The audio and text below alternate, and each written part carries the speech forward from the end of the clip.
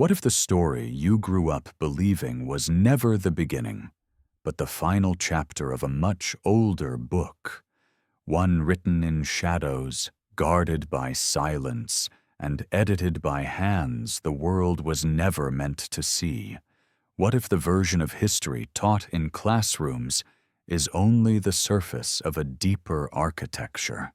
An architecture built not with stone or scripture, but with obedience, secrets, and the quiet precision of men trained to move without leaving a trace. For centuries, the Jesuits were praised as scholars, missionaries, brilliant minds shaping the world through knowledge. But beneath that familiar portrait lies another layer, a buried pulse in the timeline, one whispered through forbidden letters, vanished kings, and missions carried out with the elegance of a blade hidden beneath velvet. History remembers them as educators. But history often forgets the truth.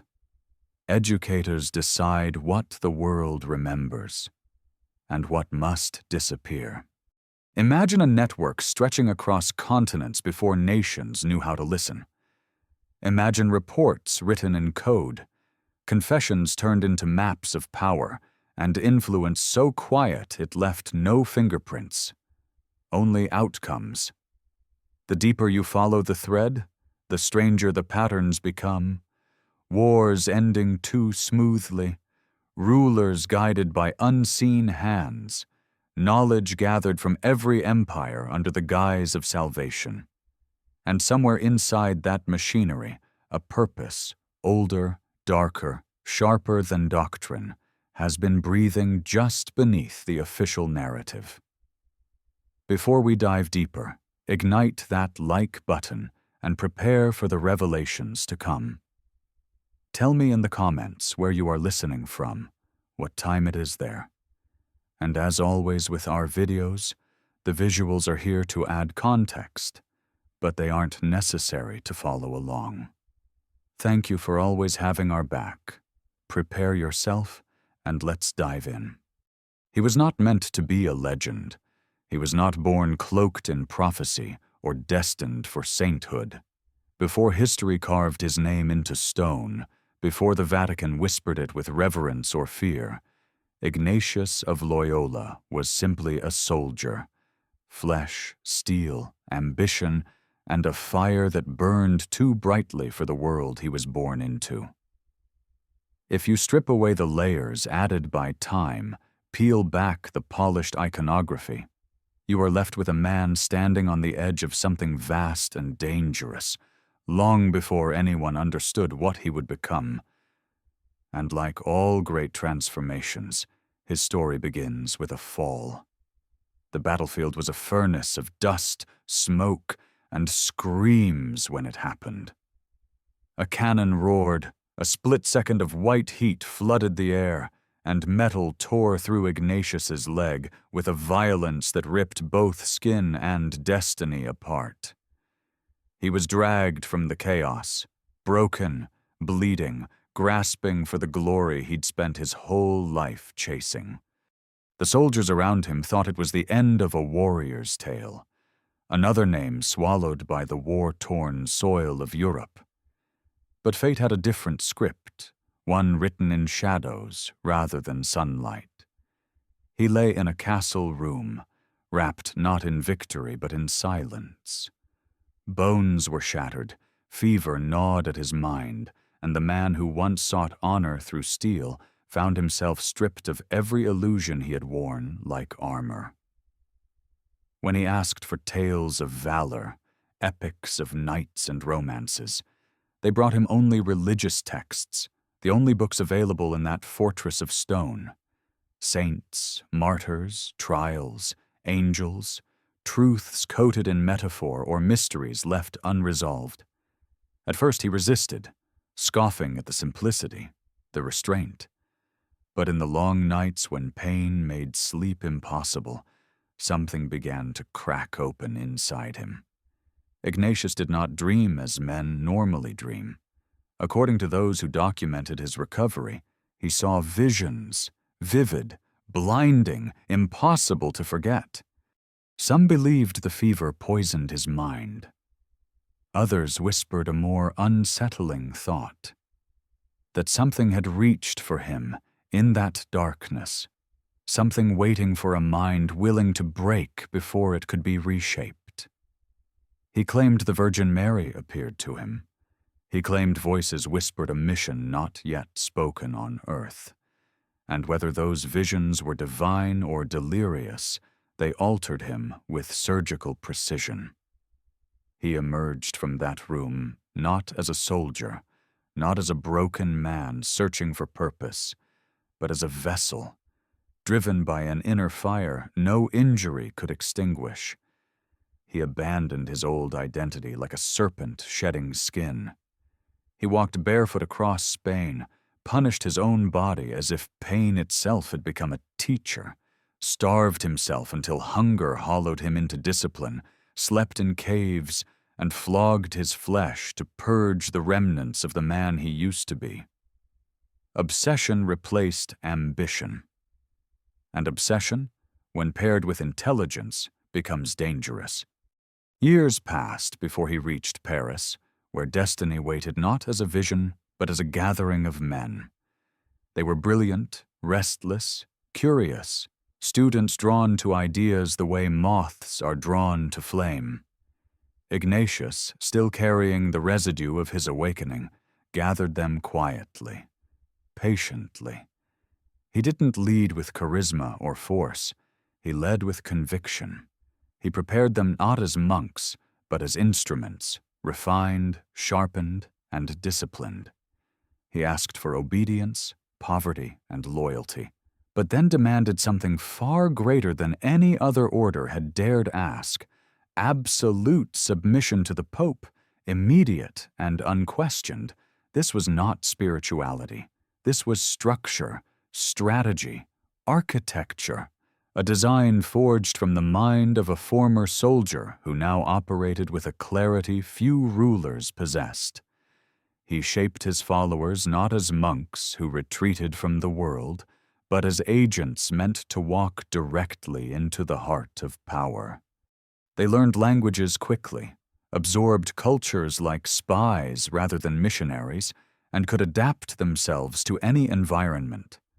Their presence was not loud or righteous, it was calculated. In 1540, the Pope approved his order, and like a spark falling into dry leaves, it ignited across continents. Schools began to rise, missions stretched across oceans, and the influence of this new society began to seep into courts, universities, and kingdoms. They were priests, yes, but also scholars, diplomats, advisors, and eventually something far more elusive to define: the quiet hand in the room where decisions were made. Yet the question that always returns, haunting, whispering beneath the surface, is simple. What did Ignatius truly see in that dark room while his bones healed? What voice spoke to him?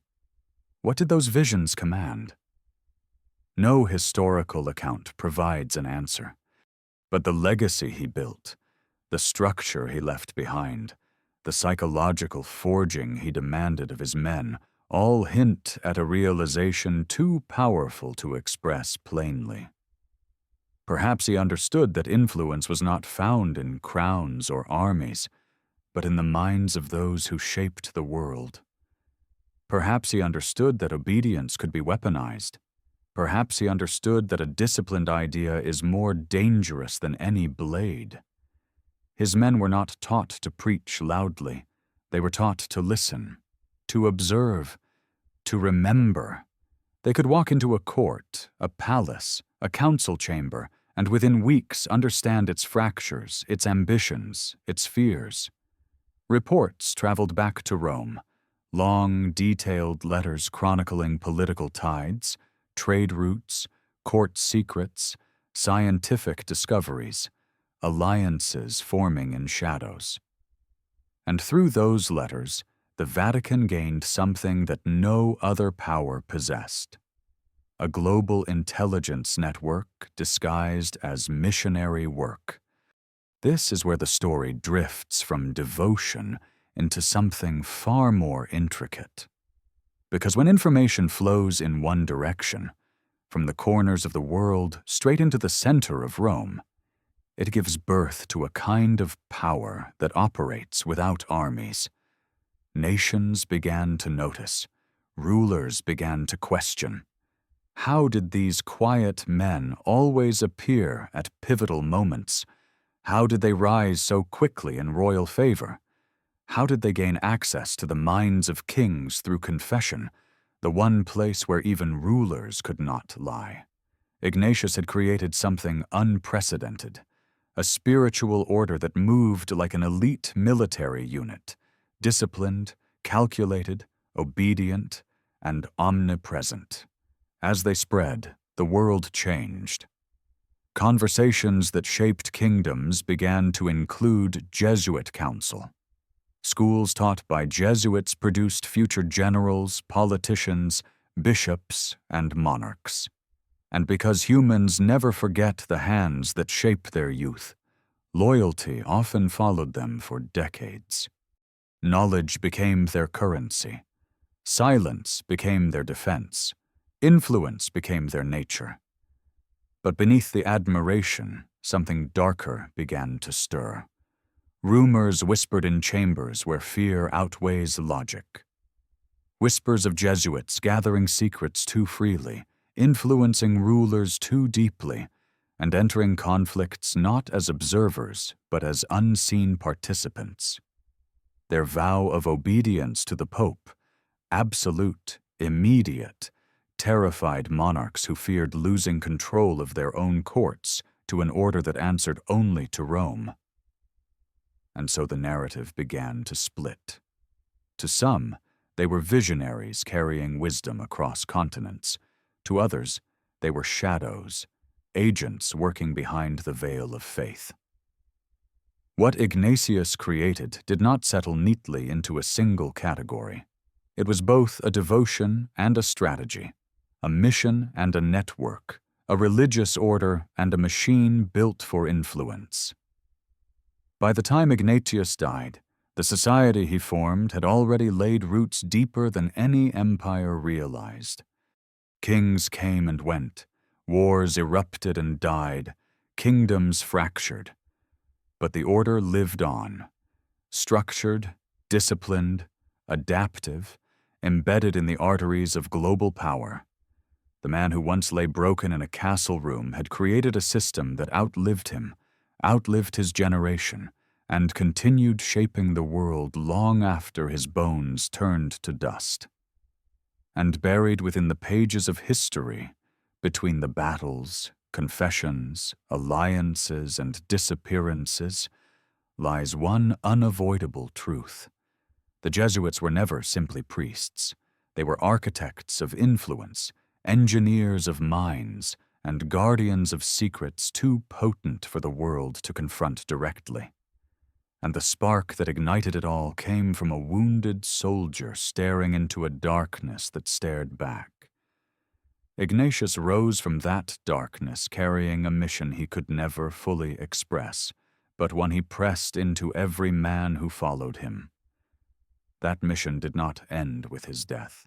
It merely shifted, evolved, found new forms. And as his Society of Jesus positioned itself across continents, one question began to echo in the spaces where power gathers.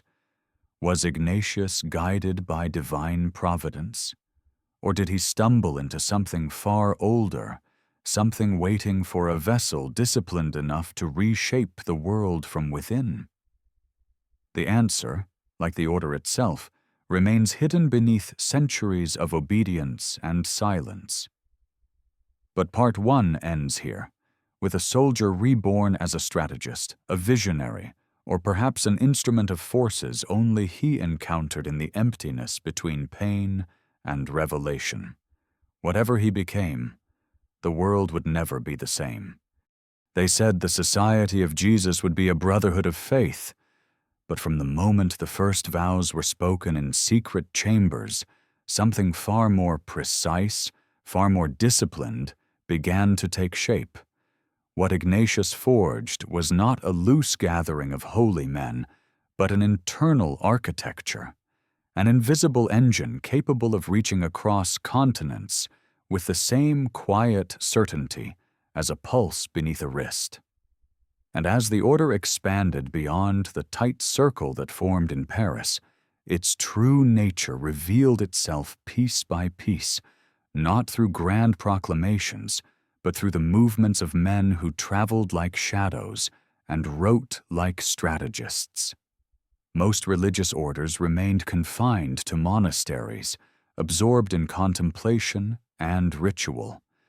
But the Jesuits understood that contemplation without influence was a kind of stagnation. They were not meant to hide. They were meant to move. Every member was trained to think with precision, to act with restraint, and to obey without hesitation. The vow of obedience was not symbolic. It was the spine of the order. And when combined with intellect, charm, and adaptability, it gave the society a kind of leverage the world had never seen from men of cloth. Their training began quietly, almost imperceptibly. A novice wasn't simply taught scripture. He was taught how to watch, how to listen, how to measure a room with his eyes before speaking. He learned languages not as academic exercises, but as keys that unlocked the psychology of entire nations. He learned to debate without aggression, to guide without appearing to lead, to question without revealing his own stance. And beneath every lesson lay the same fundamental instruction. You are part of something larger than yourself. This was how the order prepared its members to blend into royal courts, universities, libraries, and diplomatic circles. They spoke with the educated, prayed with the devout, reasoned with scholars, and advised rulers. Their presence was soft, never intrusive, always composed. Jesuits rarely looked like threats. They looked like solutions. The world noticed. At first, the Jesuits were welcomed almost everywhere they went. Their schools elevated communities. Their writings shaped theology. Their scientific curiosity made them valuable to courts eager to understand astronomy, geography, or the subtle art of diplomacy. Kings admired their intellect. Queens trusted their counsel. Students praised their discipline. Parents believed they were shaping their children into admirable future leaders. For a time, they occupied a space that felt untouchable, respected as deeply as they were feared. But influence is a living thing. It grows, it expands, it reaches places it was never intended to reach.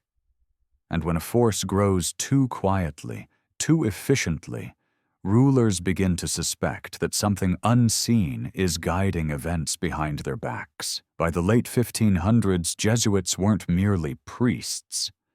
They were confessors to kings, scribes for noble houses, advisors to generals, tutors to princes, and the subtle architects of decisions that determined the fate of nations. This was not accidental. Ignatius had designed it this way. Where other religious orders moved with tradition, the Jesuits moved with strategy. They placed themselves precisely where influence rested, at the ear, at the desk, at the threshold between power and conscience. And because confession was private, kings revealed their darkest fears to men who had sworn loyalty not to any monarch, but to the Pope, and by extension, to the order itself. That single structural flaw in the balance of power, kings opening their souls to men trained to remember everything, became the seed of the suspicion that would haunt the Jesuits for centuries. Because once someone knows your fear, he doesn't need a sword to control you. He only needs silence. And silence was their specialty. From Asia to the Americas, their missions didn't simply spread religion. They mapped entire worlds. A Jesuit could walk into an emperor's court offering knowledge of astronomy, or enter a tribal village carrying nothing but a cross and a journal. But beneath the surface, each mission became a living report. Politics, alliances, military movements, trade routes, legends, weaknesses, opportunities. These weren't accidental notes. They were intelligence, flowing back to Rome, with the steady rhythm of a heartbeat. The reports came in coded language, layered with meaning. A paragraph about baptisms might be followed by subtle commentary on shifting power dynamics in a court. A harmless description of geography might hide references to hidden routes, potential allies, or emerging threats. And this river of information gave the Vatican something astonishing: a global surveillance apparatus 3 centuries before the modern world even conceived of such a thing. No empire had such reach. No king had access to so many first-hand accounts. No diplomat traveled as widely or as freely. Only the Jesuits did. And while they insisted they served God alone, their ability to shape political outcomes without raising a single weapon made them both indispensable and profoundly unsettling. It was in this atmosphere of awe and fear that the Jesuit general, the superior general, gained his enigmatic nickname, the Black Pope. Unlike the Pope who appeared before crowds, the Black Pope remained unseen by the public. His authority stretched across continents, but his face rarely appeared in portraits. His orders traveled silently through layers of command. Provincials, rectors, novice masters, each man obeyed without question. The chain of command was military in nature, a disciplined hierarchy built to ensure that no mission faltered, no member hesitated, no decision lingered unfulfilled. And kings began to ask themselves, who truly holds the power? Was it the ruler with the crown, or the man in black who whispered to him during confession and advised him in moments of uncertainty? The deeper the Jesuits wove themselves into the fabric of global politics, the more their influence began to look less like devotion and more like orchestration. Entire nations shifted because of alliances formed in rooms lit only by candlelight. Policies bent under the weight of counsel spoken in quiet tones. Battles ended after conversations that lasted no more than an hour behind closed doors. Rumors emerged. Some said Jesuits manipulated monarchs by knowing too much. Others believed they sabotaged rivals by passing secrets through coded letters. A few whispered that their loyalty to the Pope made them capable of turning kings against each other, or rallying entire regions into resistance if it served their higher mission. And while most of these claims could never be proven, the pattern of their influence was undeniable. Wherever major decisions unfolded, a Jesuit was not far away. This proximity alone created the illusion that they were pulling threads others couldn't see. And illusions, when repeated enough, become a kind of truth in the collective imagination.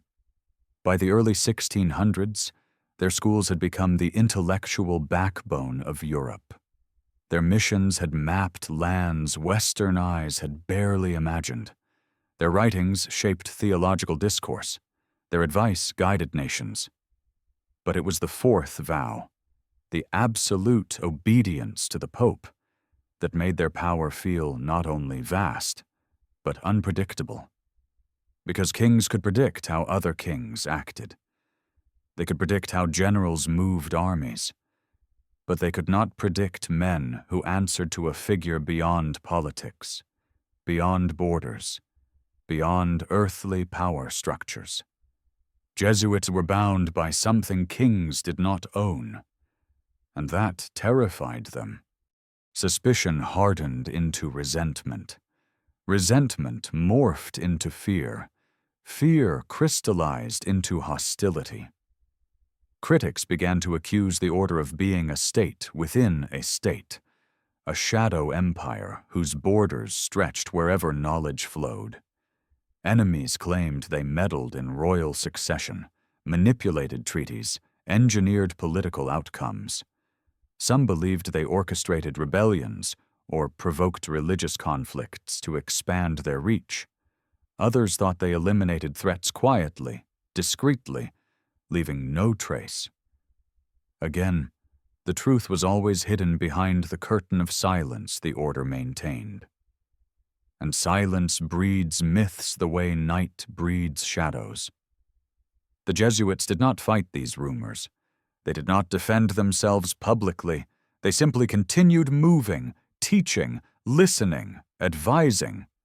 And that was perhaps their most unnerving trait, their refusal to explain themselves. Their impact could be felt in places where their presence was invisible, like the faint imprint left on a pillow long after a person rises from sleep. Their network grew. And in the hidden corners of Europe, powerful figures began asking an uncomfortable question.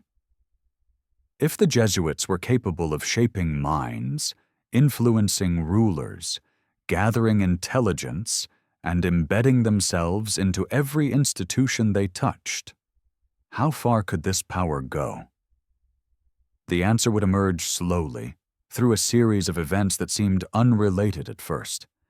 Nations struggling with internal disputes, scholars silenced or exiled, political alliances shifting unexpectedly, books disappearing from libraries, leaders falling ill without warning. Every empire needs an antagonist to blame when things go wrong, and for many nations, the Jesuits became the easiest target. They were too intelligent to dismiss, too loyal to Rome to control, and too quiet to confront directly. So rumors grew into accusations. Accusations became political movements, and soon enough, the order found itself labeled as both savior and saboteur, an impossible duality only strengthened by its refusal to speak. But beneath the accusations, the deeper truth remained unchanged. The Jesuits were not defined by the roles others gave them. They were defined by the mission Ignatius had carved into their bones, the mission to shape the world not through conquest, but through minds, through whispers, through a network whose power came from its invisibility. Part 2 ends here, on the brink of an age where admiration would turn to suspicion, where kings would resent the quiet precision of men who never wore crowns, and where the order's greatest strength, its discipline, would also become the spark that ignited global backlash. In the chapters to come, history will accuse, silence will thicken, and the shadows around the Society of Jesus will grow darker, revealing not what the world wanted to believe, but what it feared most. They said the Jesuits traveled as missionaries, men of peace carrying scripture across oceans. But if you trace their footsteps carefully, through forests, across deserts, into the palaces of emperors, you begin to see a different outline taking shape. Their missions did not simply spread faith. They gathered something far more valuable, knowledge. And knowledge, in the hands of disciplined men who answered only to Rome, became a force capable of reshaping continents without raising a single sword. The moment Jesuits began stepping onto foreign shores, the world started changing in subtle, deliberate ways. They studied languages with uncanny speed, absorbing unfamiliar sounds until they spoke like natives. They lived among the people, learned their customs, mapped their villages, catalogued their beliefs, and carefully observed their political structures. Their journals read like a blend of anthropology, intelligence report, and spiritual reflection. But the reflections were written for themselves. The intelligence was written for Rome. In Japan, they dressed like scholars, adopting the posture of learned men in a culture that respected quiet authority. They studied the court, the warrior class, and the shifting alliances that determined power. Their letters home didn't just celebrate conversions. They described military structures, rival clans, political tensions. When civil war erupted in Japan, Jesuit correspondents helped the Vatican understand dynamics that even European diplomats could barely pronounce. In China, they made an even more dangerous and elegant choice. They became astronomers. Jesuit mathematicians corrected the imperial calendar, an honor granted only to those who gained the trust of emperors. But beneath that surface, they gained an intimate understanding of China's bureaucracy, a structure as intricate and ancient as the stars they charted. Their observations of economics, trade, and diplomacy flowed back to Rome, turning the Vatican into one of the earliest global intelligence centers. In India, they immersed themselves in philosophy, learning the logic and metaphysics that shaped society. They wrote about the subtle connections between belief, ritual, and leadership, understanding better than any European scholar how ideas molded the decisions of entire kingdoms. Their mission houses became quiet listening posts that translated not only words, but worldviews. But perhaps nowhere did the Jesuits build influence as quickly as in the Americas. When colonizers arrived with steel and violence, the Jesuits arrived with something more calculated. They organized reductions in South America, villages designed as both sanctuaries and systems of control. On the surface, these settlements protected native communities from slave traders. But inside their borders, the Jesuits shaped a new society: rules, schedules, discipline, education. They created a world where indigenous peoples answered not to colonizers nor to local rulers, but to the society of Jesus. This created deep admiration and deep fear. Other colonial powers accused the Jesuits of building a secret kingdom hidden in the jungle.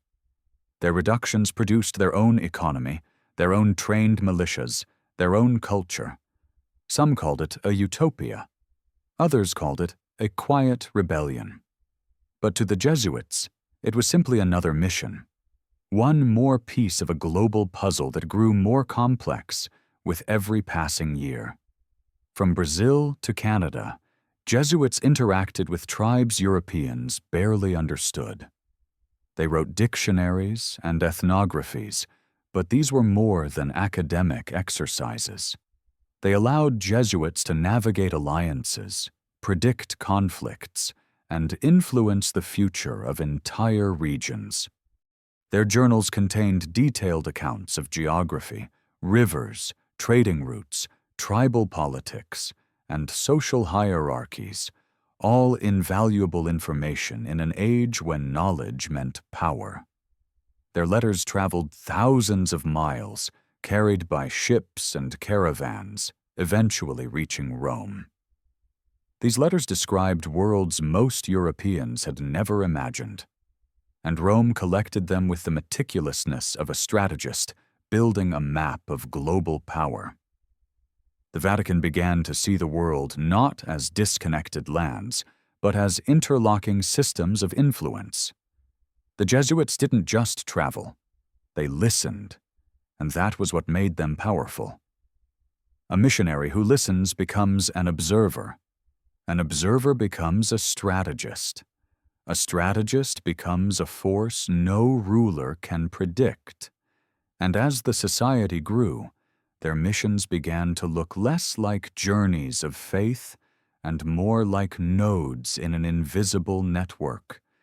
This was the birth of what historians later called the Jesuit intelligence web, a decentralized system where priests acted as informants, advisors, translators, cultural bridges, and sometimes agents of subtle manipulation. Each mission communicated with Rome, but they also communicated with each other. Jesuits in China sent information to Jesuits in India about trade winds and political changes. Jesuits in South America compared notes with those in Europe about navigation, mining, or local unrest. They created a lattice across the world, woven with letters coded in biblical metaphors or natural symbolism. And because their reports were disguised as spiritual reflections, no government suspected the magnitude of what they were sharing. The Jesuits learned early that survival in foreign courts required adaptability. They blended into societies not by erasing themselves, but by reshaping their identity like water poured into a new vessel. In Japan, they bowed. In China, they calculated the heavens. In India, they debated philosophy. In Ethiopia, they adopted local customs. In the Americas, they learned the rhythms of tribal life. Their skill wasn't deception, it was transformation. This ability made them invaluable to the Vatican and frightening to European monarchs, who realized too late that the Jesuits understood foreign lands better than the diplomats or explorers who claimed them. Kings began to ask dangerous questions. How much did the Jesuits know?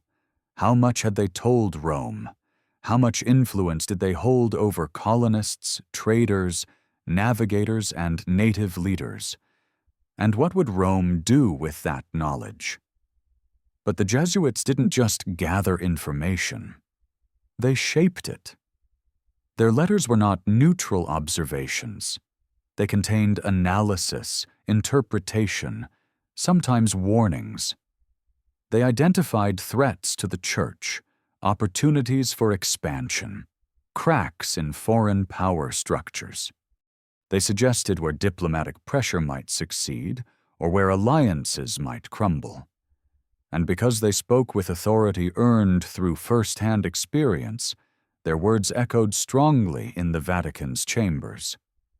The Vatican trusted them because no one else could do what they did, and that trust was the foundation of a relationship some saw as divine partnership and others as a conspiracy between faith and power. Still, what made the Jesuit missions truly unsettling to many nations was the way they gathered influence without ever appearing to reach for it. They didn't demand thrones or armies.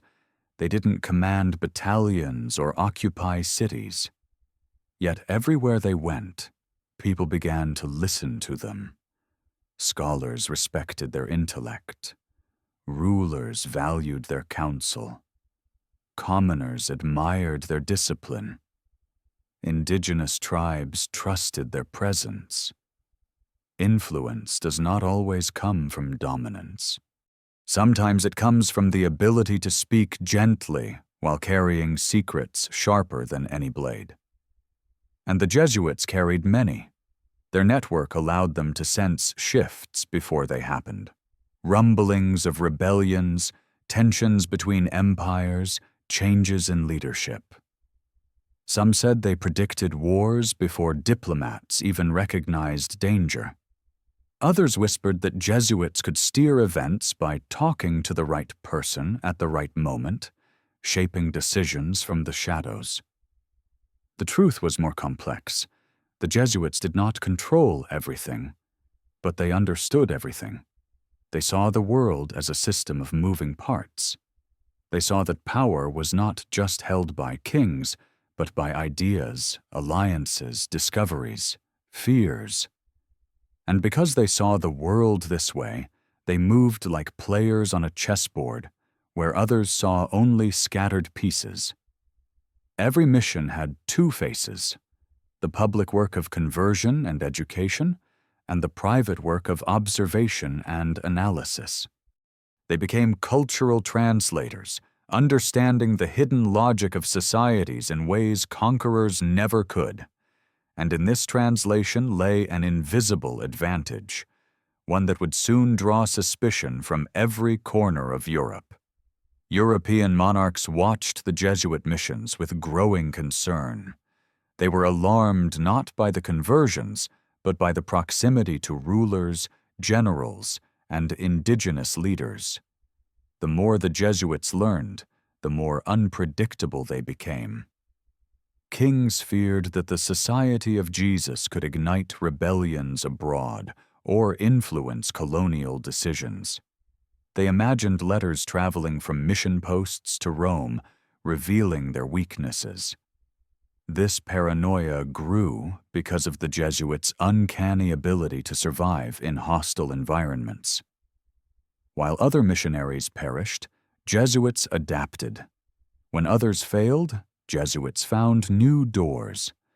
They could dissolve into local life like ink dissolving into water.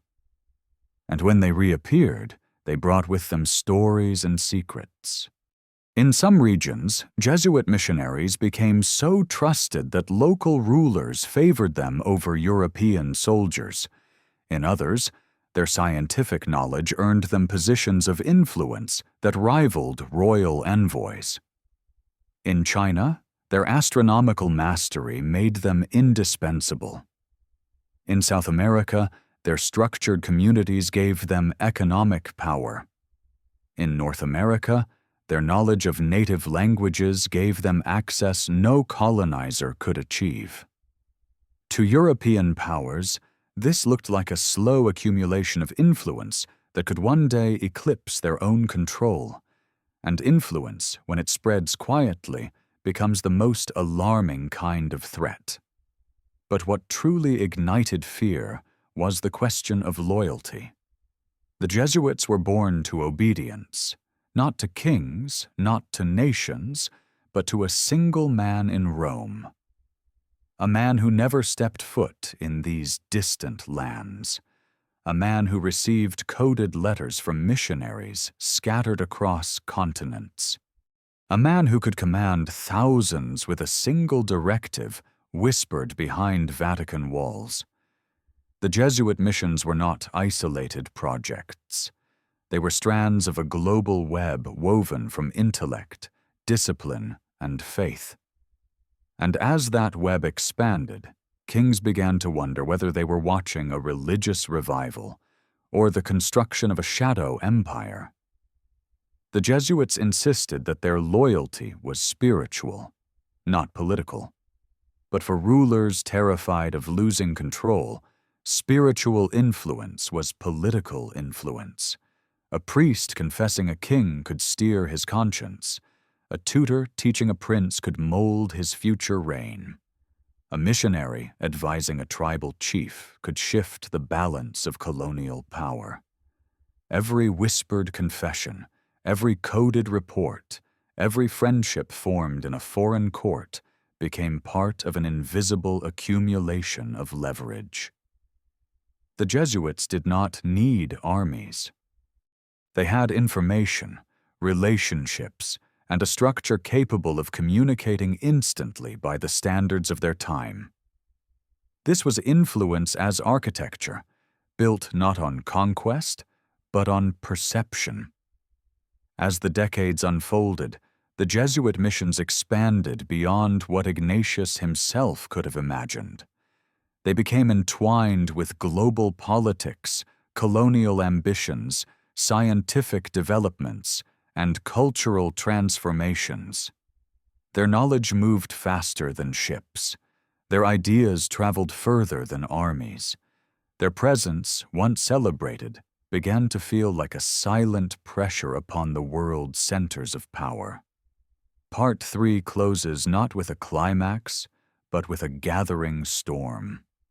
The Jesuits stood at the height of their reach, spread across continents, embedded in courts, shaping minds, mapping empires. And yet, beneath that vast network, the first fractures were forming. Unrest simmered, accusations sharpened. kings grew restless. The Vatican watched cautiously, because when influence grows too large, even its silence becomes deafening, and soon the world would turn its gaze towards the society of Jesus, not with admiration, but with suspicion sharpened into hostility. The era of quiet expansion was ending. The age of confrontation was about to begin. They called it structure, but those who watched closely knew it was something far more potent. An architecture of control so refined it did not need walls, weapons, or thrones. It needed only discipline. The Jesuit order, born from Ignatius's shattered leg and unbreakable will, grew into a living machine whose efficiency rivaled any military institution of its time.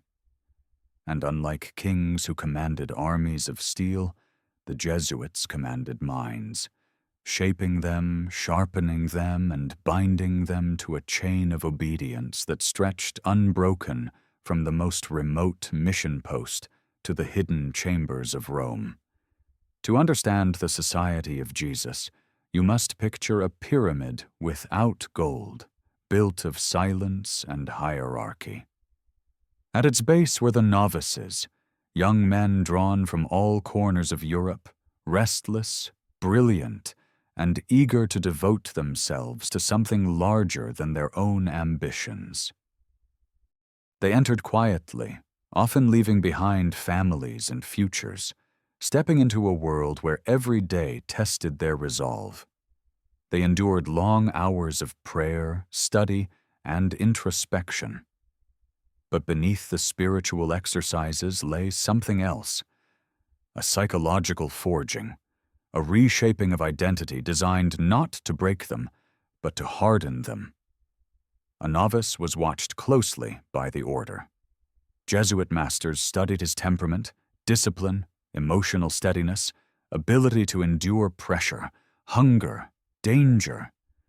They tested his memory through long passages recited in darkness. They examined how he reacted to silence. They observed how he handled correction, how he resisted pride, how he obeyed without needing to understand.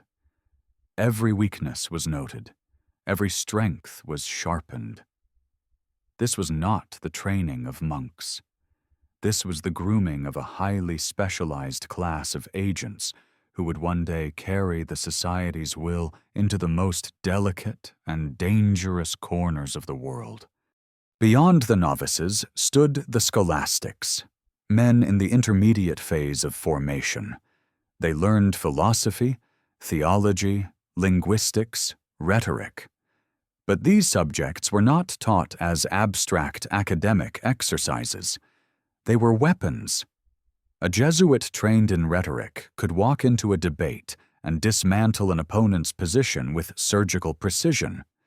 A Jesuit trained in philosophy could guide a conversation until a ruler believed the conclusion was his own idea. A Jesuit trained in languages could pass unnoticed in foreign lands, speaking with fluency that earned trust instead of suspicion. Every lesson, every hour spent in study, was part of a grand design. Ignatius had once been a soldier, but after his visions he realized something profound. The strongest armies were not forged from iron. They were forged from obedience, discipline, and knowledge. And so he built an army of minds capable of cutting more deeply than any blade. Over the scholastics stood the professed members, men who had taken all 4 vows, including the secretive 4th vow of absolute obedience to the Pope. These were the elite, trusted, observed, tested beyond normal limits. They were the ones sent into courts, embassies, universities, and battlefields, not to fight, but to influence. They became confessors to kings, tutors to princes, advisors to queens. Their loyalty was not to the nations that housed them. It was to the order, guided by a single commander known only by whispers, the superior general. He was the figure at the peak of the structure, cloaked not in gold, but in shadow. He rarely appeared in public. He issued orders through letters, intermediaries, coded directives. And yet his authority stretched across the world. He could summon a Jesuit from China to Rome with a single command. He could reassign a scholar from India to Spain without explanation. His power rivaled kings, and some said exceeded them, for no monarch could command obedience across continents with such precision and without question. To outsiders, the Jesuits seemed endlessly composed, endlessly loyal, endlessly purposeful. But what they didn't see was the machinery beneath the surface, a system of reporting, evaluation, and communication unmatched by any institution of its time. Every Jesuit wrote letters. Every assignment generated reports. These were not mere updates. They were thorough psychological analyses, lists of challenges, evaluations of local leaders, subtle observations about politics, climate, culture, power. These letters flowed up the chain like blood moving towards the heart. The superior general read them, distilled them, stored them. The archives filled with information no kingdom possessed, notes on kings' tempers, secrets whispered during confession, warnings of rebellions, predictions of political shifts. Even insights into foreign cultures that European scholars would not discover for another century. The Jesuit machine did not simply gather information, it weaponized it, turning the world into a map of opportunities and dangers, and the more they learned, the more their influence grew. Jesuit schools were an extension of this structure. They did not merely educate, they shaped. They molded the children of nobility into thinkers who admired the order's discipline and clarity. They trained future generals, ministers, merchants, bishops. Their textbooks influenced empires. Their classrooms shaped the minds that would one day rule. And because so many of these leaders had been taught by Jesuits, the order gained a quiet kind of leverage over the future itself. Influence embedded in memory, authority woven into admiration. Over time, nations began to see the pattern. Jesuits did not seek power overtly, but they always seemed close to it. They did not command armies, but their counsel often shaped the decisions of those who did. They did not claim lands, but their missions often determined how lands were governed. Their silence made them unpredictable. Their obedience made them formidable. Their structure made them unstoppable. And kings began to fear them. France, Portugal, Spain, monarchs who once admired Jesuit intellect became suspicious of their growing reach. They wondered how an order without borders could be loyal to any one crown. They whispered that Jesuits operated like a nation within nations, a silent empire that answered to no earthly power. Critics claimed the Jesuits manipulated rulers through confession, guided political outcomes through subtle persuasion, or even orchestrated events behind the scenes. But the strangest accusations focused not on what the Jesuits said, but what they refused to say. Their silence became a weapon. Their ability to listen without revealing their hand became a threat. Kings feared that secrets confessed in private might become instruments in Rome's arsenal. Scholars feared their debates were being used to identify dissent. Politicians feared that Jesuit advisors could turn monarchs against their own ministers. Whether any of these suspicions were true remains lost in the web of secrecy the Jesuits maintained. But one fact remained undeniable. Their structure, their discipline, their obedience made them uniquely capable of influencing events without ever appearing to do so. Inside the order, the hierarchy was enforced meticulously. At the provincial level, Jesuits oversaw entire regions, receiving reports from dozens of mission posts and schools.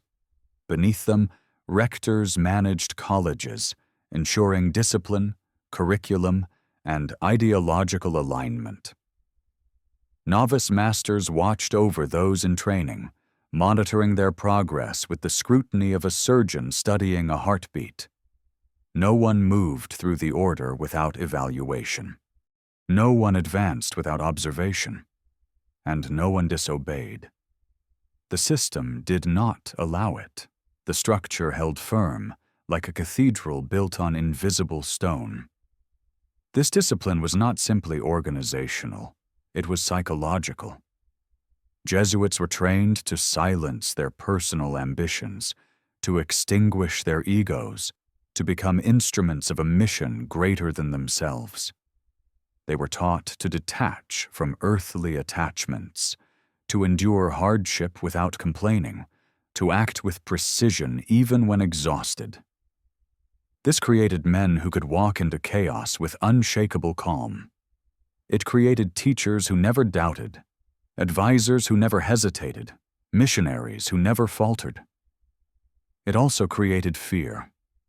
A structure this disciplined, this unwavering, could become unstoppable if ever turned toward darker purposes. Kings imagined what might happen if the superior general decided to influence a succession crisis. Bishops wondered how deeply Jesuits shaped the Church's own policies. Scholars worried that Jesuit writings could redefine history itself. And beneath these fears lay an even more disturbing thought. If the Jesuits ever chose to act independently of Rome, who could stop them? The answer was terrifying in its simplicity. No one. The Society's global network was too extensive, its members were too well trained, its loyalty was too absolute, its silence was too complete. Thus was born the legend of the Jesuit shadow army. Not soldiers of battle, but soldiers of influence, able to shift history with a whisper rather than a sword. Their structure became both the foundation of their greatness and the trigger of their downfall. Nations began to scrutinize them more harshly. Rivals began to question their intentions. Enemies began to gather. And slowly, the admiration that once surrounded their intellect turned into suspicion, sharpened by fear. Yet the Jesuits did not change. They continued building schools, writing treatises, advising rulers, traveling to remote corners of the world. They continued shaping the world through reasoning, education, and strategy. They remained disciplined, silent, obedient, three virtues that would one day be wielded against them as weapons of accusation. For now, Part 4 ends at the moment when the Society stood at the height of its internal strength, its hierarchy seamless, its members unwavering, its influence global, its structure unmatched by any earthly institution.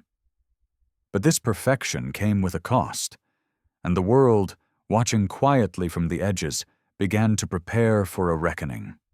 Because a machine this precise, this loyal, this intelligent, could not remain uncontested. The shadows around the Society of Jesus were growing deeper, and the confrontation the order had long avoided was no longer a distant threat. It was already forming in the minds of the kings and ministers who feared what they could not fully see. In the beginning, the Jesuits built schools to shape minds, but as centuries unfolded, the world began to realize that these were not schools in the ordinary sense. They were long corridors of influence, silent, elegant, and inexhaustibly effective. The Society of Jesus understood something that kings, generals, and rival scholars had yet to grasp. If you guide the young, you guide the future. And once the future listens to you, power no longer needs to be taken. It arrives on its own. Their classrooms were quiet, disciplined, almost monastic. But beneath the tranquility lay a deeper architecture, a subtle molding of identity and intellect. Students were not simply educated, they were conditioned. They learned to think with clarity sharper than the blade of a soldier's sword. They learned to argue with a precision that could dismantle political ideologies as easily as theological debates. They learned the rhythms of persuasion, the weight of silence, the elegance of restraint. Jesuit education was not about memorization. It was about transformation. Children of nobles walked through the doors of Jesuit colleges naive and unformed. They left as instruments, well-spoken, disciplined, strategically minded. They were prepared not just for positions of power, but for the responsibilities and manipulations that came with it. Jesuit-trained students became ministers, generals, governors, advisors, scientists, bishops, and sometimes kings themselves. This was the society's genius. They did not need to rule nations if they could shape the rulers. They did not need to win elections if the elected owed them gratitude. They did not need to carry weapons if their words could steer the minds of men who did. The method was nearly invisible. Lessons began with literature or astronomy and ended with philosophies that shaped a student's moral center. History became more than dates and battles. It became a map of human behavior and consequences. Logic became a tool of control. Rhetoric became a ladder to influence. Even silence became a strategy. Students learned when to speak and, more importantly, when not to. Parents believed their sons were being educated. They did not see the deeper layers being etched into their thinking. They did not realize that Jesuit classrooms were like theaters where futures were scripted quietly, elegantly, inevitably. The teachers smiled, the students excelled, and the world applauded, never understanding how carefully orchestrated it all was. To be taught by Jesuits was a privilege. Kings sent their sons, nobles competed for placement, religious leaders trusted the order more than their own clergy. Even critics of Rome begrudgingly admitted that Jesuit education was unmatched. Their schools produced brilliance with such reliability that even those who feared the society could not afford to ignore it. But brilliance is never neutral. A mind sharpened becomes a tool. A tool in the wrong hands becomes a weapon. A weapon wielded by the wrong master becomes a catastrophe. And the question slowly began to form across Europe. Who, exactly, controlled the minds shaped by the Jesuits? The society did not demand loyalty from its students. It did not need to. Loyalty is easiest to cultivate in admiration. And admiration is easiest to cultivate when you offer someone the keys to a world greater than they ever imagined. Students saw their Jesuit instructors as mentors, protectors, visionaries. They carried these impressions into adulthood, often seeking out Jesuit counsel long after graduation. And this was where the subtle influence began to bleed into politics. Ministers consulted their Jesuit teachers before making decisions. Generals requested strategic insight that mirrored the quiet precision of Jesuit discipline. Kings relied on Jesuit confessors when fear clouded their judgments. Across Europe, decisions that shaped nations were being whispered through conversations between former students and their Jesuit mentors. Conversations held not in public forums, but in private chambers, behind heavy doors and heavier curtains. Some saw this as enlightenment, others saw it as manipulation. But the truth lay somewhere between the two, woven with threads no one could fully trace. Jesuit schools also served another purpose, one rarely spoken aloud. They were recruiting grounds. The society watched students closely, identifying those with uncommon brilliance or unusual loyalty. Not every gifted student became a Jesuit, but every Jesuit was gifted. And those who entered the order carried with them the knowledge that they had been chosen not merely for faith, but for utility. To join the society was to commit to a lifetime of service that could take a man from Rome to China, from Paris to Brazil, from Madrid to Japan. Jesuit alumni became nodes in an expanding web of influence, and their loyalty gave the order access to power structures most institutions could only dream of. But the most powerful tool was not their students. It was their logic, Jesuit logic, which shaped the intellectual landscape of Europe. Their debates were legendary. Their treatises reshaped theology. Their scientific discoveries influenced courts and academies. But their logic also became a weapon that frightened their enemies.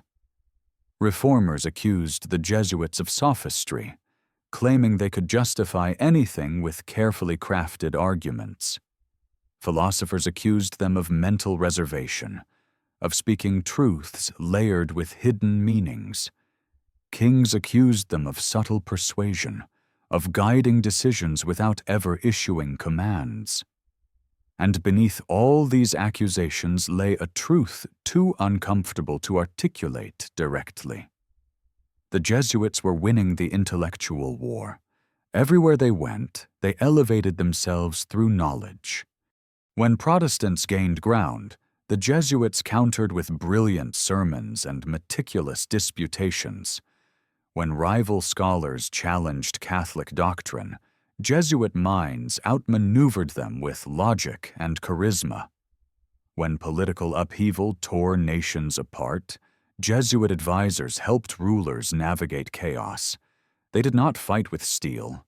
They fought with ideas, and ideas, once planted, grow in ways no army can control. This was the society's most dangerous gift, the ability to change the world by changing how the world thought. Yet the storm was building. Enlightenment thinkers began to see Jesuits not as scholars, but as architects of oppression.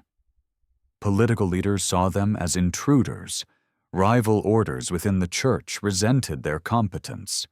Philosophers despised their influence. Reformers feared their ability to dismantle heretical ideas with effortless precision. Jesuit education, once admired, became a source of paranoia. How many rulers had been molded by the society's teachings? How many generals believed what their Jesuit mentors had taught them? How many revolutions had been prevented or ignited because of a lesson whispered in a classroom decades earlier? Europe began to choke under the weight of these questions, and the society's refusal to defend itself publicly only deepened suspicion. Jesuits did not explain. They did not debate their reputation. They simply continued teaching, as if the rising storm outside their walls was only a distant echo. But the storm was not distant. It was approaching fast, gathering in the minds of kings, ministers, and rivals who feared that Jesuit classrooms were factories of power disguised as places of learning. And then, into this atmosphere of suspicion, entered the confessional. If Jesuit classrooms shaped the minds of future rulers, the confessional shaped the hearts of current ones. The confessional was a place unlike any other, a chamber of absolution, vulnerability, and truth. In this darkened space, a ruler could say things he would never dare speak to advisors or family. guilt, fear, doubt, secrets, confessions of weakness or ambition. And often, the man listening was a Jesuit. No army could secure such access. No spy could gather such intimate intelligence.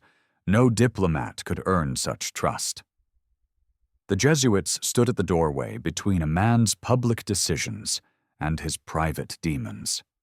And because confession was sacred, sealed, untouchable, the information gathered there could not be challenged or traced. To critics, this looked like the ultimate tool of manipulation. They imagined Jesuits guiding rulers through whispered absolutions, subtly influencing decisions that would never be attributed to them. They feared that political outcomes were being shaped by priests who spoke softly behind wooden screens. The Jesuits denied using confessions for political leverage, but their silence only intensified suspicion. The possibility was enough to terrify entire nations. Rumors multiplied. Some claimed Jesuits persuaded kings to suppress rivals. Others believed they encouraged peace or war, depending on Rome's interests. A few whispered that decisions which shaped the course of empires had begun as murmured fears in confession. The confessional was the one place where kings could not hide. And that vulnerability gave the society an aura of omniscience that no institution, not even the church, could match. But the influence was not limited to rulers. Jesuits became confessors to merchants, scholars, nobles, soldiers, diplomats, and commoners. Through these confessions, they gained insight into the psychology of entire cities. They learned which families were fracturing, which ministers were plotting, which alliances might collapse. Which secrets, if whispered to the right ears, could shift the balance of power. Even if the Jesuits never used this knowledge for political manipulation, the mere fact that they possessed it was enough to destabilize Europe's perception of them. Information, even unused, can still be dangerous. And then came the missionaries, Jesuits who traveled across continents, gathering knowledge from societies untouched by European influence. Their letters described military strength, diplomatic customs, natural resources, and cultural structures. Every mission became another layer of intelligence added to the Vatican's arsenal. It was in these letters that critics found new reasons to fear. Because the Jesuits didn't just observe, they analyzed, they predicted, they strategized, they warned, they thought like commanders. But instead of armies, they commanded information. In this era of global transformation, the Jesuits were everywhere, quietly guiding the world through a philosophical storm. But they did not see the danger that was forming behind them. As they expanded their influence, as their ideas infiltrated universities and courts, as their missionaries crossed oceans, their enemies sharpened their knives. Slander spread faster than truth.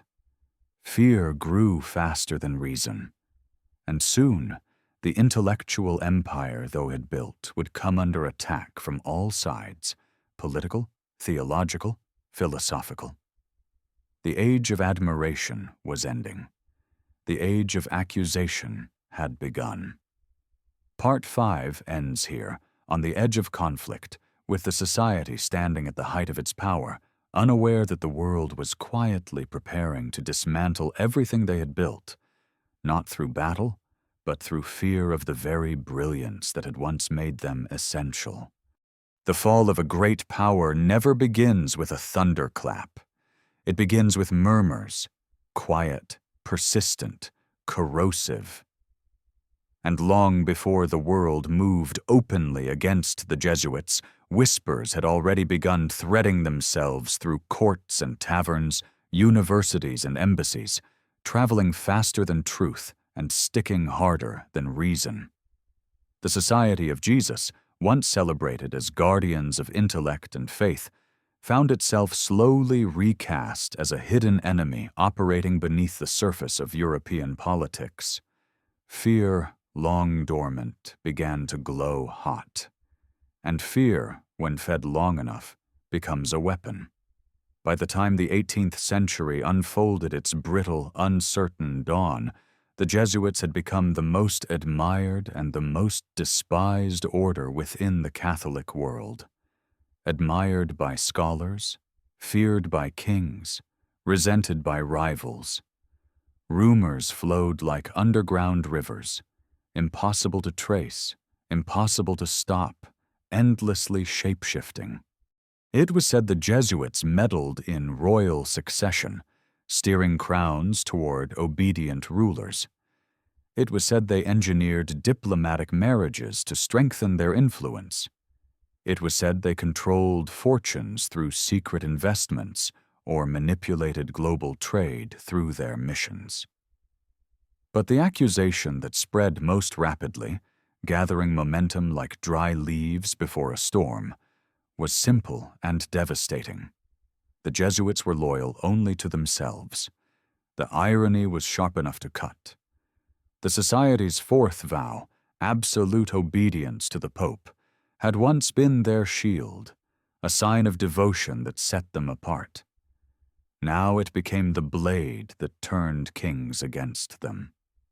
Monarchs across Europe had begun drifting away from the Catholic Church, embracing a modern worldview shaped by Enlightenment philosophy and political pragmatism. These monarchs feared nothing more than divided loyalty, especially within their own courts. What terrified them was not Jesuit power, but Jesuit independence. A Jesuit confessor could whisper in a king's ear. A Jesuit advisor could temper or shape a ruler's decisions. A Jesuit tutor could mold the mind of a future monarch. A Jesuit missionary could gather intelligence from the corners of the earth. But none of these men belonged to the crown. They belonged to Rome. And for kings building modern centralized states, that was unacceptable. It began subtly in France, the country that had once nurtured Ignatius's early followers.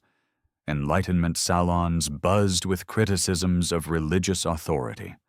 Philosophers attacked dogma, priests, and the notion of spiritual obedience. Voltaire mocked the Jesuits relentlessly, painting them as manipulative masterminds hiding behind cassocks. His satire, though exaggerated, found fertile ground among those already suspicious. In Portugal, Prime Minister Sebastião José de Carvalho e Melo, the Marquis of Pombal, harbored a personal hatred for the Jesuits. He had watched their influence stretch across Brazil through the reductions and feared they were building a secret empire outside royal control. He believed their missions were economic threats, their schools intellectual rivals, their political advice a subtle form of resistance.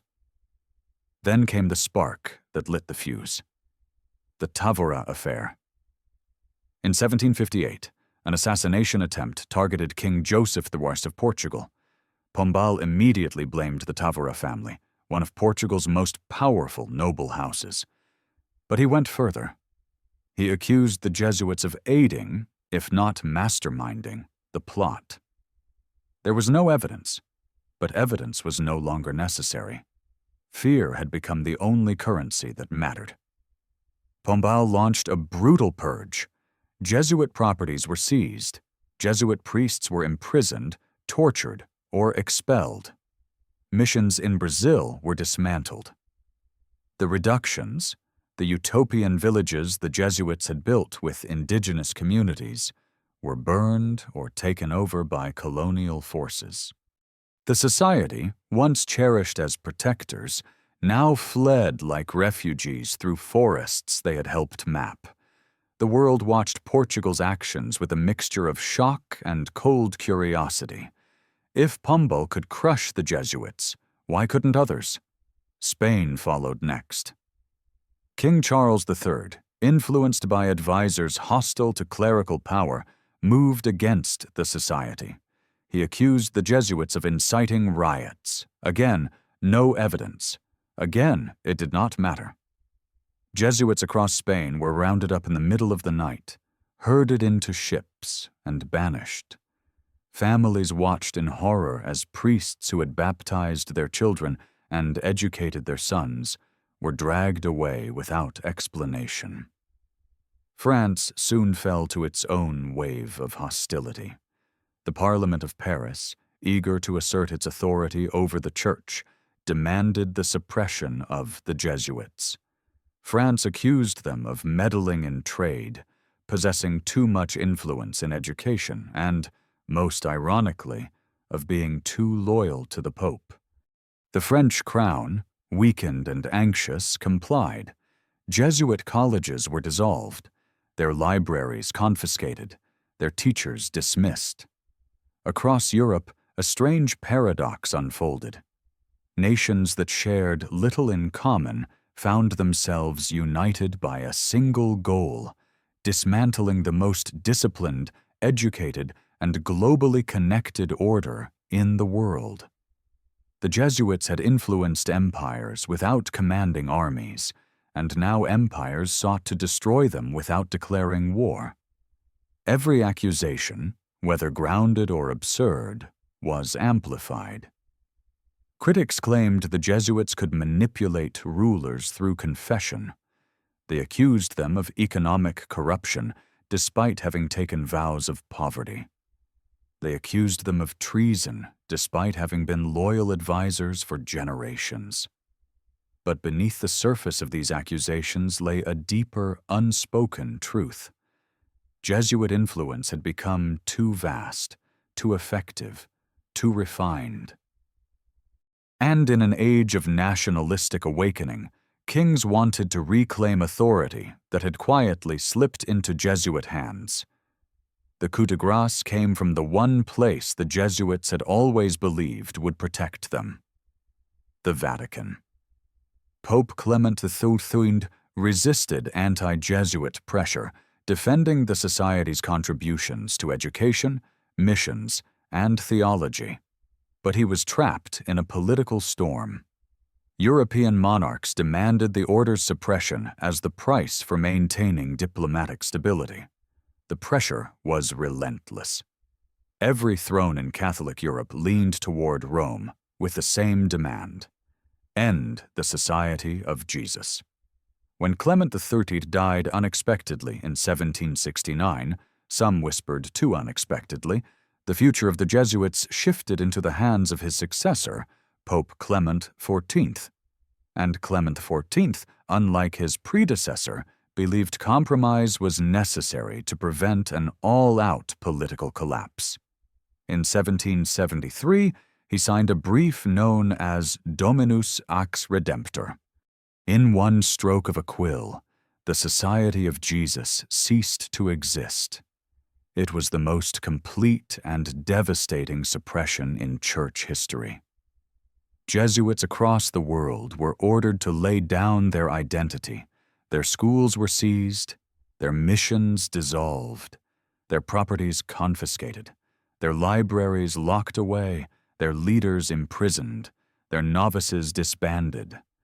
Some Jesuits fainted when they heard the news. Some wept quietly.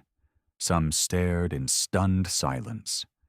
For the first time since Ignatius's vision in that darkened room centuries earlier, the machine he had built fell into stillness. But the world misunderstood the Society. They believed suppression would erase them. They believed a decree could dismantle the psychological discipline forged through decades of training. They believed that removing their institutions would sever the web the Jesuits had woven across continents. They did not understand that the Society of Jesus was not a building, it was a way of thinking, a structure carried in the mind, a discipline etched into habit, a silence learned through practice.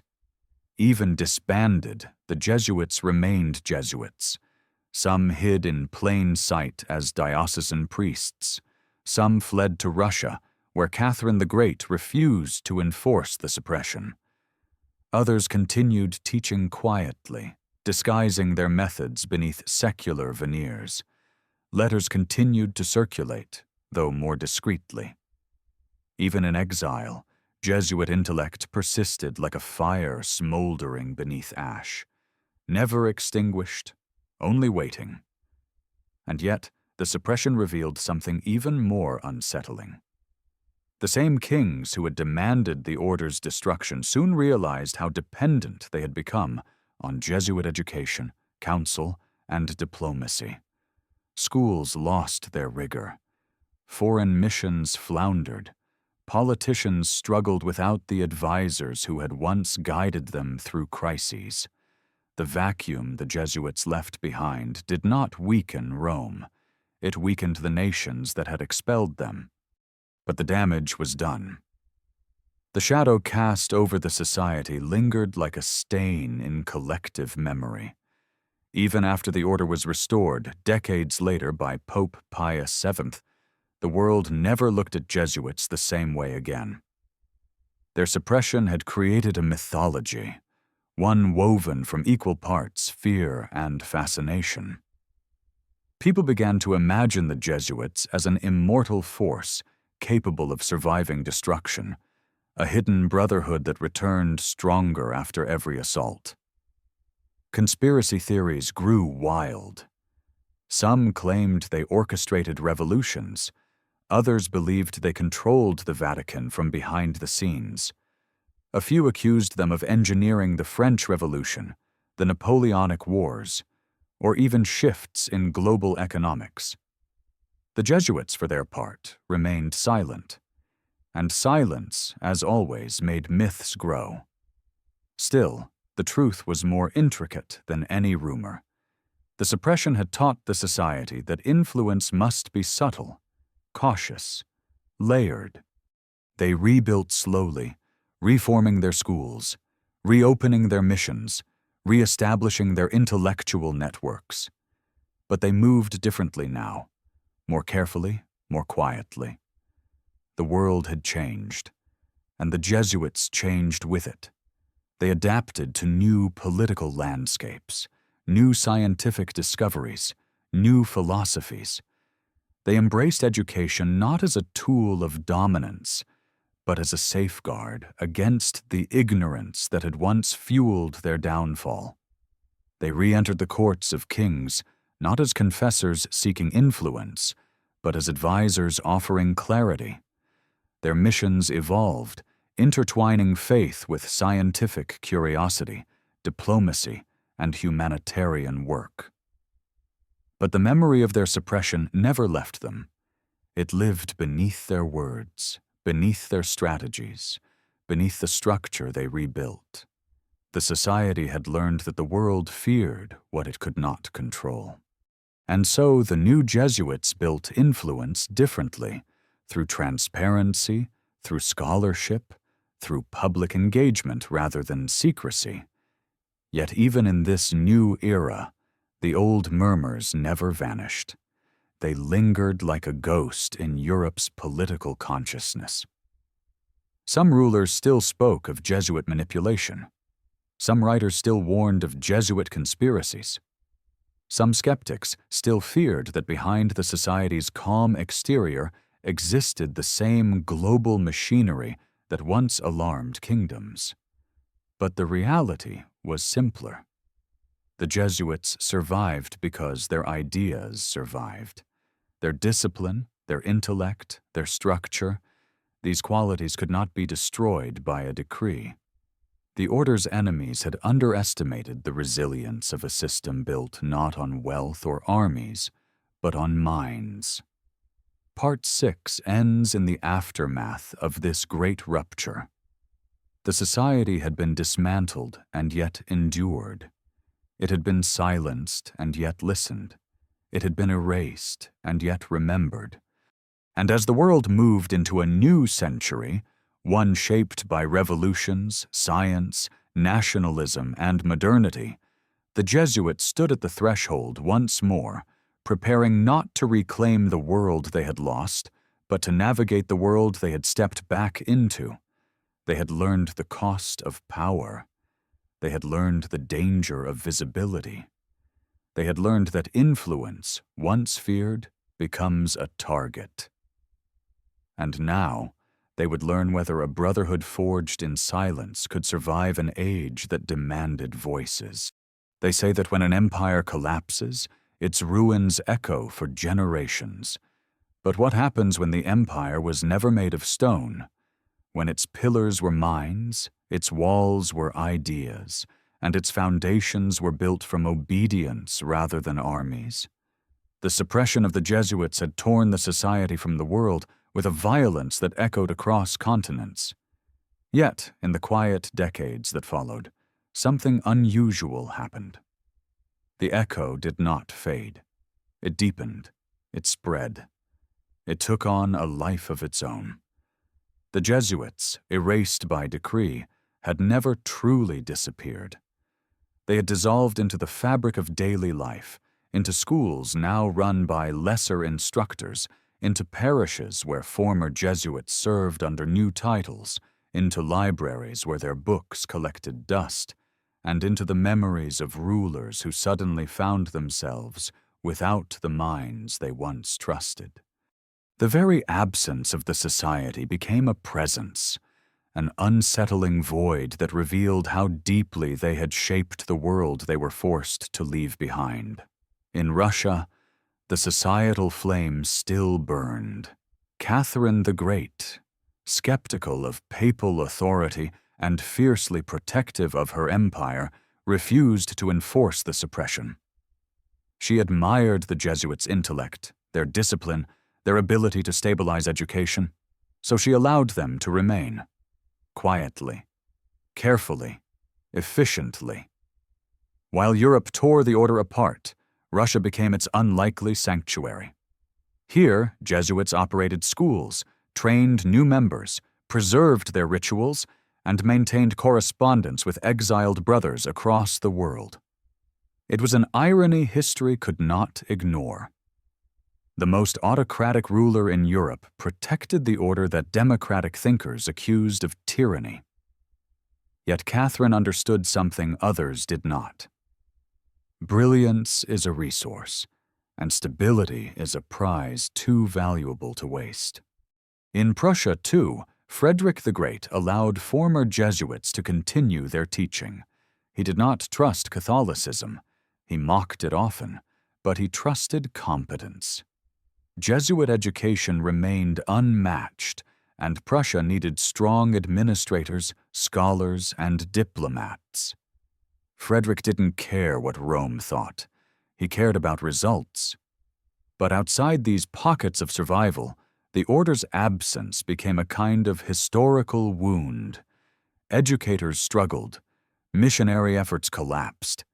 Diplomats lacked the subtlety Jesuits once provided. Courts made decisions without the psychological insight that had become the society's signature. Something intangible had gone missing. A precision, a discipline, a strange blend of reason and faith. It was in this vacuum that the Jesuit myth began to accelerate, growing larger than the order had ever truly been. People whispered that the society had not been suppressed at all, that it had simply slipped into the shadows. They imagined secret meetings in abandoned monasteries, coded letters exchanged in dim candlelight, and former Jesuits coordinating an underground network that rivaled anything they had built publicly. Some believed they had infiltrated governments rather than served them. Some believed they orchestrated revolutions rather than analyzed them. Some believed they controlled the Vatican, even as the Vatican had dissolved them. Fear filled the void where understanding had been, and fear, once awakened, seeks stories to justify itself. But the truth of those years was far different, far stranger, and far more human. The Jesuits were scattered, some broken, some resilient, some quietly rebuilding, but none of them were orchestrating global conspiracies. What they were doing, however, was something far more dangerous to their enemies. They were learning. They were watching the world shift beneath them with an intensity born from their forced silence.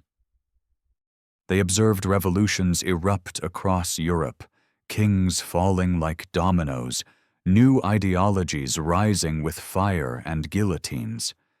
They observed the Enlightenment fracture into radicalism. They observed nationalism spark wars that consumed entire generations. And through it all, they remained patient. The society had been trained to think in centuries, not in decades. Suppression was not the end. It was a pause. In 1814, after decades of upheaval, the world had changed so violently that even the Vatican needed new stabilizing forces. Pope Pius VII, humbled by imprisonment during the Napoleonic Wars and desperate to rebuild the Church's intellectual backbone, issued a new decree, Sollicitudo Omnium Ecclesiarum. With those words, the Society of Jesus was restored. Monarchs who had once demanded their destruction now found themselves in need of their expertise. Europe had shattered, politically, philosophically, economically. Governments needed administrators who could rebuild education. Mission territories needed disciplined leadership. Universities needed scholars capable of navigating the chaotic new scientific landscape. Even secular rulers recognized that the Jesuits, refined through survival, were uniquely equipped for the challenges of the new age. But the Jesuits who returned were not the same men who had been suppressed. The old society had moved boldly, with confidence, with a sense of inevitability. The new society moved carefully, shaped not only by the memory of their fall, but by the hard truths they had learned in exile. They brought with them a quieter philosophy, one forged in the rubble of Europe's revolutions. They understood that overt influence was dangerous. That proximity to power could turn admiration into fear. That visibility could become vulnerability. They embraced scholarship more than politics, education more than courtly counsel, service more than strategy. And yet, despite these changes, the world remained obsessed with the Jesuit image, the old myth that had formed during their absence. Enlightenment thinkers, conspiracy theorists, political extremists, and anti-clerical movements refused to abandon the idea that the society was a hidden empire disguised as a religious order. A new narrative took hold, one that cast the Jesuits as the architects of modern upheavals. Critics claimed they manipulated the Congress of Vienna. They whispered that the Jesuits worked behind the scenes to restore monarchies or to subvert them. They accused them of engineering international finance or controlling royal courts. And as nations struggled to rebuild, the conspiracy became a convenient scapegoat for failure. But the reality was always more nuanced than the myth. The restored Jesuits focused heavily on education, opening colleges across Europe, the Americas, and Asia. They embraced the scientific revolution, producing scholars of mathematics, astronomy, linguistics, and natural sciences. They reinvigorated their missionary efforts, though now with a far more culturally sensitive approach shaped by their mistakes and lessons of the past. Still, their power remained psychological. They understood the patterns of societies in ways few others could. They knew how to influence minds without overt manipulation. They knew how to read political currents more deeply than diplomats or generals. They had survived suppression not because they hid, but because they adapted. And adaptation, when disciplined, becomes resilience. Yet Europe remained uneasy. The 19th century was a battlefield of ideology. Nationalism, liberalism, socialism, secularism. The Church itself struggled to navigate these new realities. In this environment, the Jesuits often found themselves attacked not for what they did, but for what they represented: discipline in an age of rebellion, faith in an age of reason, global thinking in an age of national borders. Their schools were accused of indoctrination. Their missions were accused of imperialism. Their scholarship was accused of subversion. Their silence was accused of manipulation. The world feared the Jesuits precisely because it did not understand them. And yet, through the turbulence, the society continued to expand. They founded new universities, advised popes, engaged with emerging scientific fields, and contributed to intellectual debates. They were at the center of theological developments, moral philosophy, and educational reform. But as the 19th century progressed, their presence became increasingly entangled in global transformations they could not control. The Industrial Revolution uprooted societies. Empires clashed across continents. Revolutions erupted from Mexico to Russia.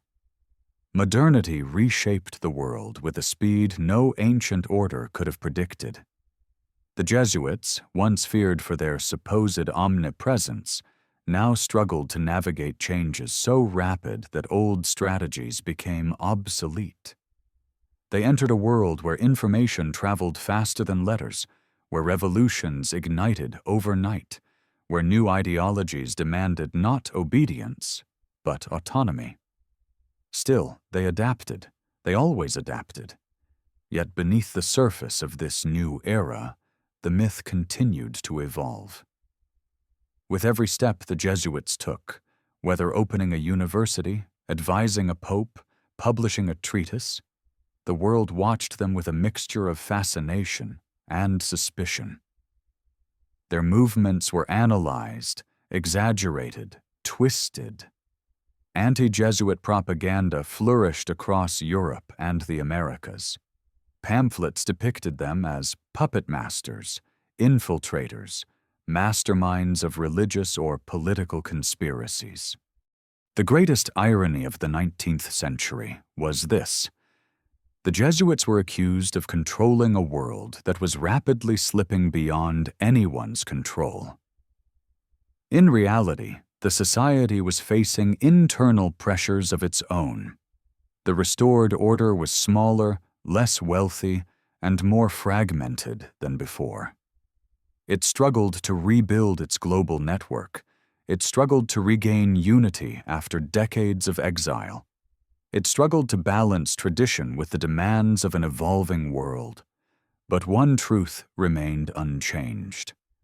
The Jesuits endured because they were designed to endure.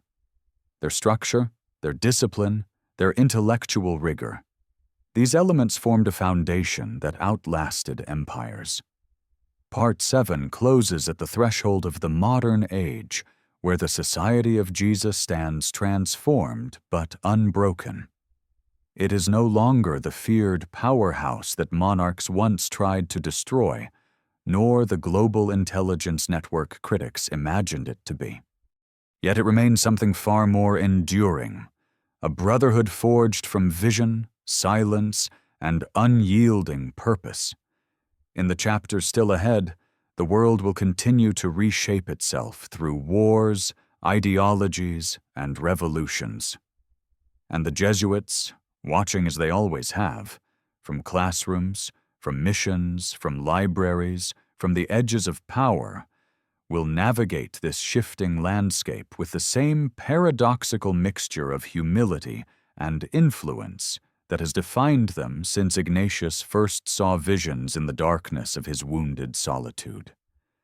For now the society stands at a crossroads, reborn, redefined, misunderstood. The world has changed.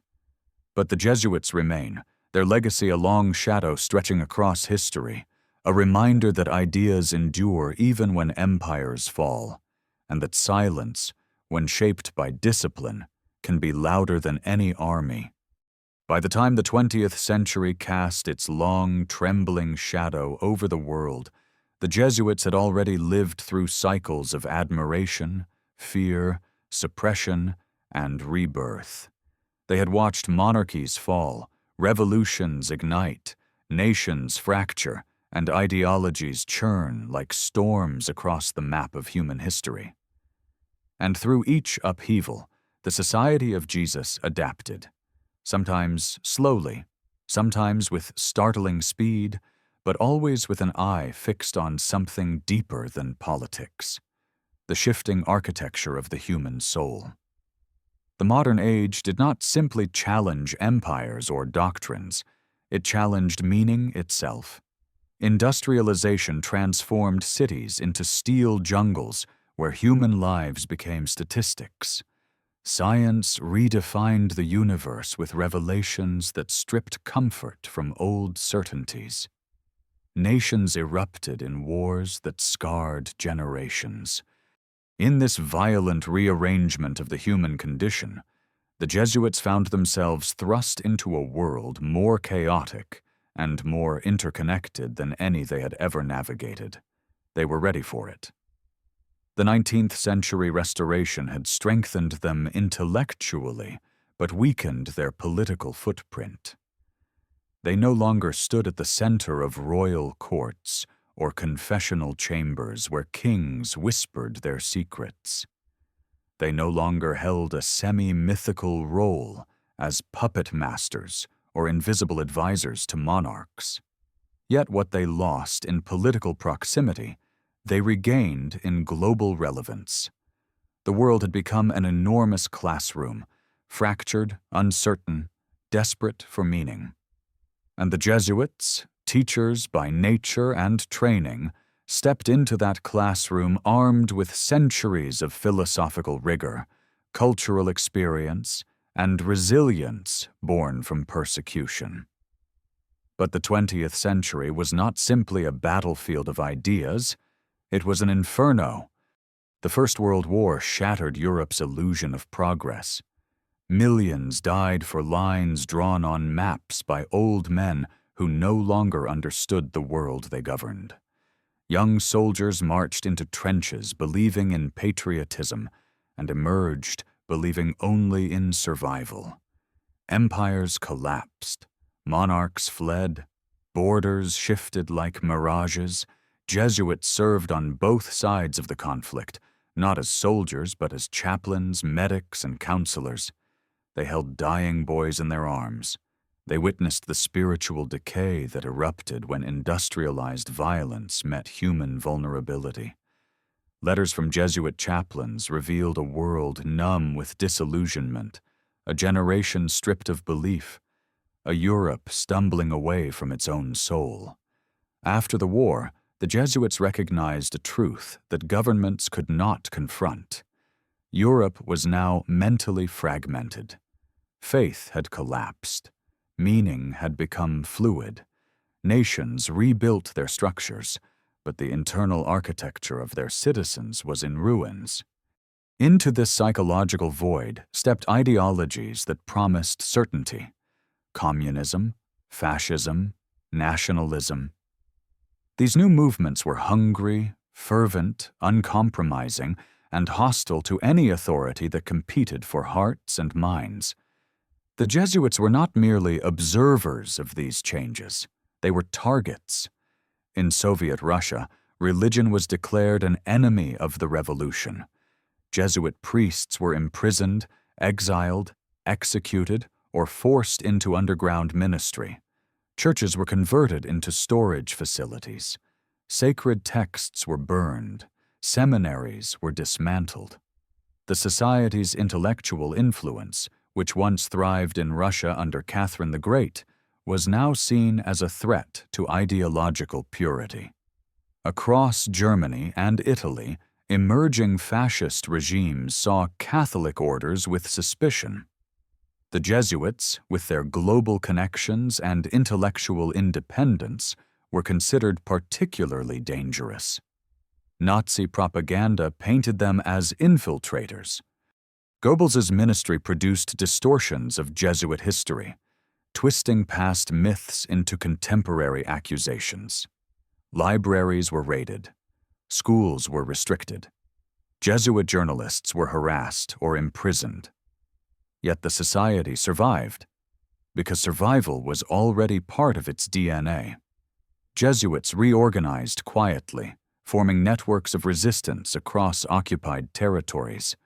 They forged documents, hid refugees, and dismantled propaganda. They wrote clandestine essays analyzing fascism as a spiritual disease. Some joined underground movements, risking their lives to save Jews from deportation. Their intellectual training became strategic insight. Their silence became camouflage. Their global presence became a conduit for information that moved beneath the surface of wartime censorship. The Second World War engulfed the world in blood and fire. Jesuit houses were bombed, mission posts destroyed, libraries burned. Yet the society endured, scattered across continents, adapting to whatever the new age demanded. After the war ended, the Jesuits faced a world transformed beyond recognition. Entire cities had been reduced to rubble. Millions were displaced. Colonies fought for independence. Nuclear anxiety blanketed the globe. The Cold War split the world into two camps, each armed not only with weapons, but with ideologies that demanded absolute loyalty. For the Jesuits, this presented both an existential threat and an unprecedented opportunity. Communism, with its atheistic foundation, declared them enemies of the state. Jesuits in Eastern Europe were arrested, tortured, or forced into labor camps. In China, after Mao's revolution, the society was expelled entirely. Missions that had flourished for centuries vanished in a single political decree. But while authoritarian regimes tried to eradicate them physically, democratic nations began to turn toward them intellectually.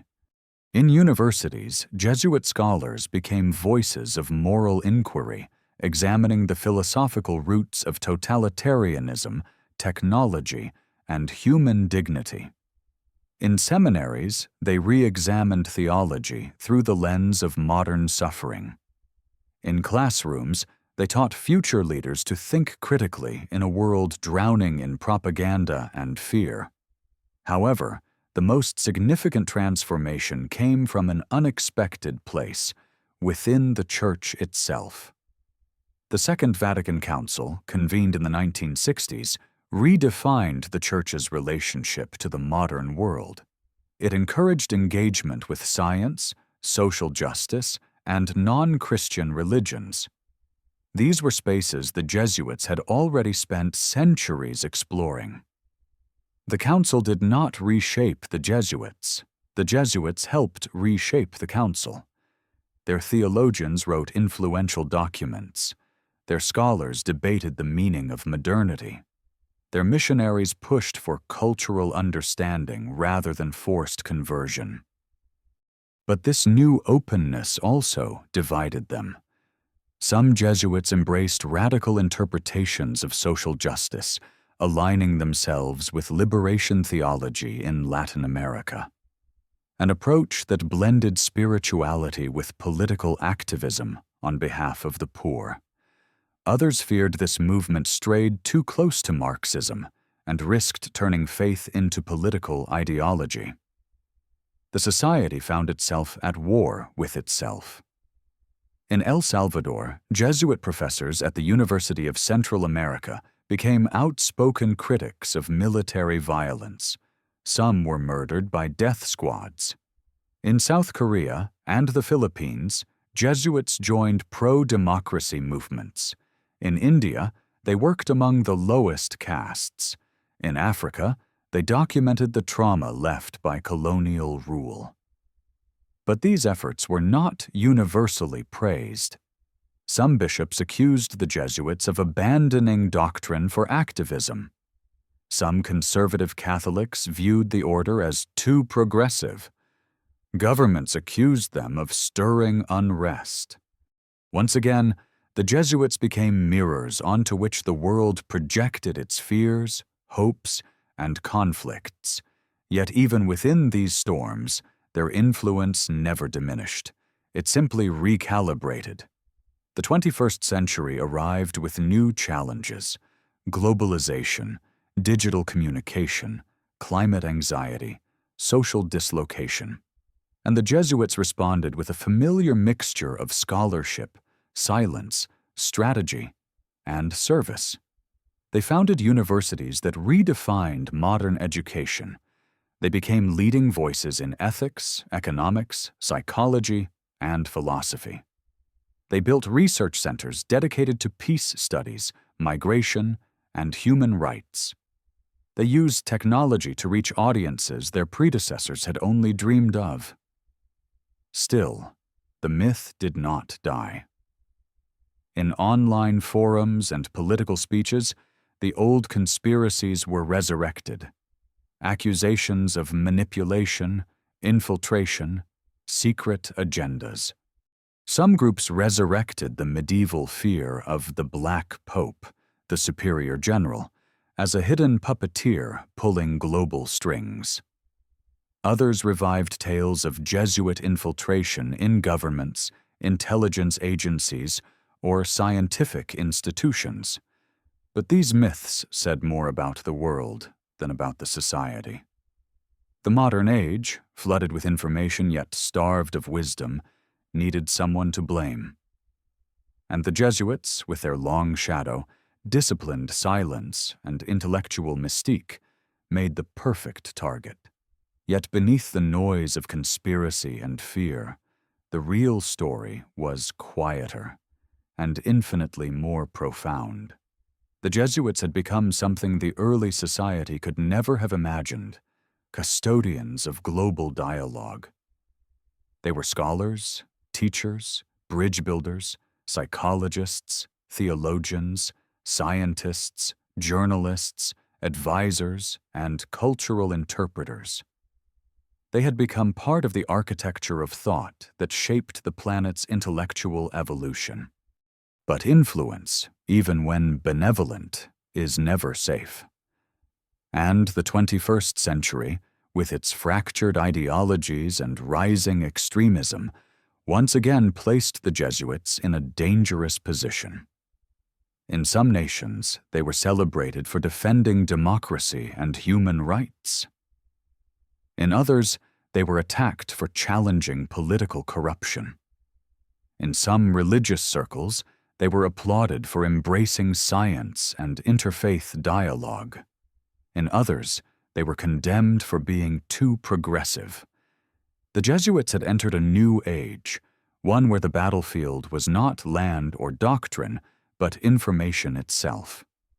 And in this chaotic arena, their centuries-old training, disciplined thinking, cultural fluency, intellectual rigor, became more essential than ever. Then, Part 8 ends here, with the society standing not as the manipulative empire of conspiracy theories, nor as the quiet advisors of kings, but as something more fluid, more adaptive, more enigmatic.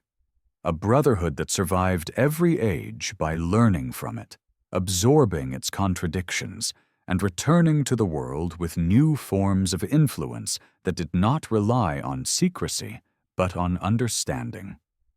Yet even in this modern landscape, one truth remained unchanged. The Jesuits were never just priests. They were architects of insight, navigators of complexity, and guardians of questions the world had not yet learned to ask. And as the 21st century unfolded, with its digital cathedrals, its global anxieties, its dissolving borders, they found themselves once again standing at the threshold of history, ready to step into the unknown with the same quiet confidence that had carried them through centuries of storms. To understand the Jesuits in the 21st century is to understand a paradox, an institution born in the fire of medieval spirituality, yet operating inside a world of satellites, social media algorithms, multinational corporations, and global political upheaval. The Society of Jesus has lived through empires, revolutions, exiles, and restorations. It has been praised as a beacon of intellect and condemned as a shadow empire. It has been celebrated as a force for justice and accused of manipulating the world behind a curtain of silence. And now, in the modern century, the Jesuits find themselves confronting a new kind of battlefield, one defined not by swords or cannons, but by data, doubt, and digital noise. The 21st century did not unfold quietly. The century began not with symphonies of progress, but with fire and collapse, skyscrapers falling into ash, nations spiraling into war, economies convulsing under crises, technology outpacing human ethics, and old institutions struggling to find relevance in a rapidly accelerating world. In this disoriented landscape, the Jesuits once again stepped into their ancient role, observers first, interpreters second, actors last. Jesuit universities became laboratories for understanding globalization. Their scholars mapped the psychological impact of digital life, the moral consequences of economic inequality, and the shifting architecture of political identity. In classrooms across the world, Jesuit educators focused not on doctrine, but on discernment, their signature method for navigating uncertainty. Students learned to think beneath the surface of narratives, to seek truth beyond propaganda, to question assumptions rather than inherit them. This was not an accident. The Jesuits had always known that influence is slow, subtle, cumulative. They had learned centuries ago that the most powerful form of leadership is the ability to shape how people see the world, not to control what they do within it. And now, more than ever, the world was drowning in perception. False narratives, misinformation, ideological extremism, identity wars. The Jesuits saw something few others did. The 21st century was not defined by a crisis of politics, but by a crisis of interpretation. Humanity had lost its footing not because the world became more dangerous, but because the world became more confusing. And confusion, if left untended, becomes fear. Fear becomes division. Division becomes violence. Violence becomes identity. In this landscape, Jesuit thought became unexpectedly relevant. Their centuries-old practice of discernment, slow, deliberate, grounded in reflection, became a counterweight to the accelerating chaos of the digital age. Their emphasis on the inner life became a rare oasis in a culture addicted to external stimulation. Their insistence on listening became revolutionary in a world that had forgotten how to hear itself. But the Jesuits were not simply responding to crises. They were confronting them directly. Across the world, Jesuit ministries engaged with migrants escaping war zones. Jesuit scientists studied climate change. Jesuit lawyers defended indigenous rights. Jesuit psychologists treated trauma created by modern violence. Jesuit journalists confronted disinformation. The society had become a global web of expertise, not centralized, not hierarchical in the old sense, but dispersed through fields as diverse as neuroscience, diplomacy, astrophysics, and refugee advocacy. This expansion did not come without conflict. Conservative critics accused the Jesuits of abandoning doctrine for social activism. Progressive critics accused them of not going far enough. Political groups on both sides of ideological divides accused them of supporting the enemy. Online conspiracists resurrected old narratives of Jesuit plots, claiming they manipulated world events through the Vatican or through global institutions. The accusations, as always, said more about the world than about the society. Yet the Jesuits did not defend themselves. They continued to operate with the same paradoxical blend of visibility and silence that had defined them for centuries. Their universities grew, their research expanded. Their influence spread into spaces the original society could have never imagined. Digital ethics, global humanitarian law, artificial intelligence, environmental justice.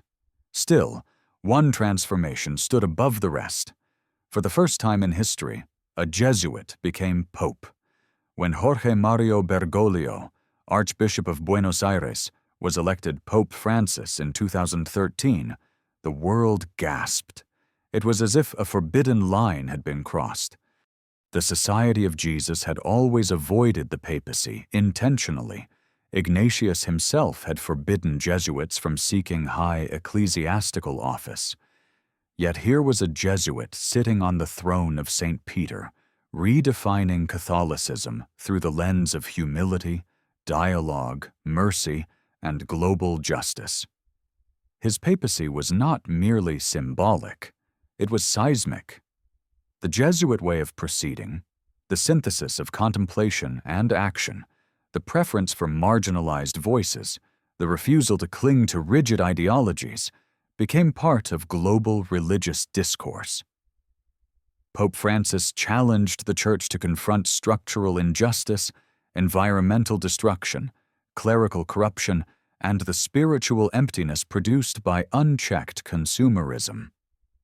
To his supporters, he revived the soul of Christianity.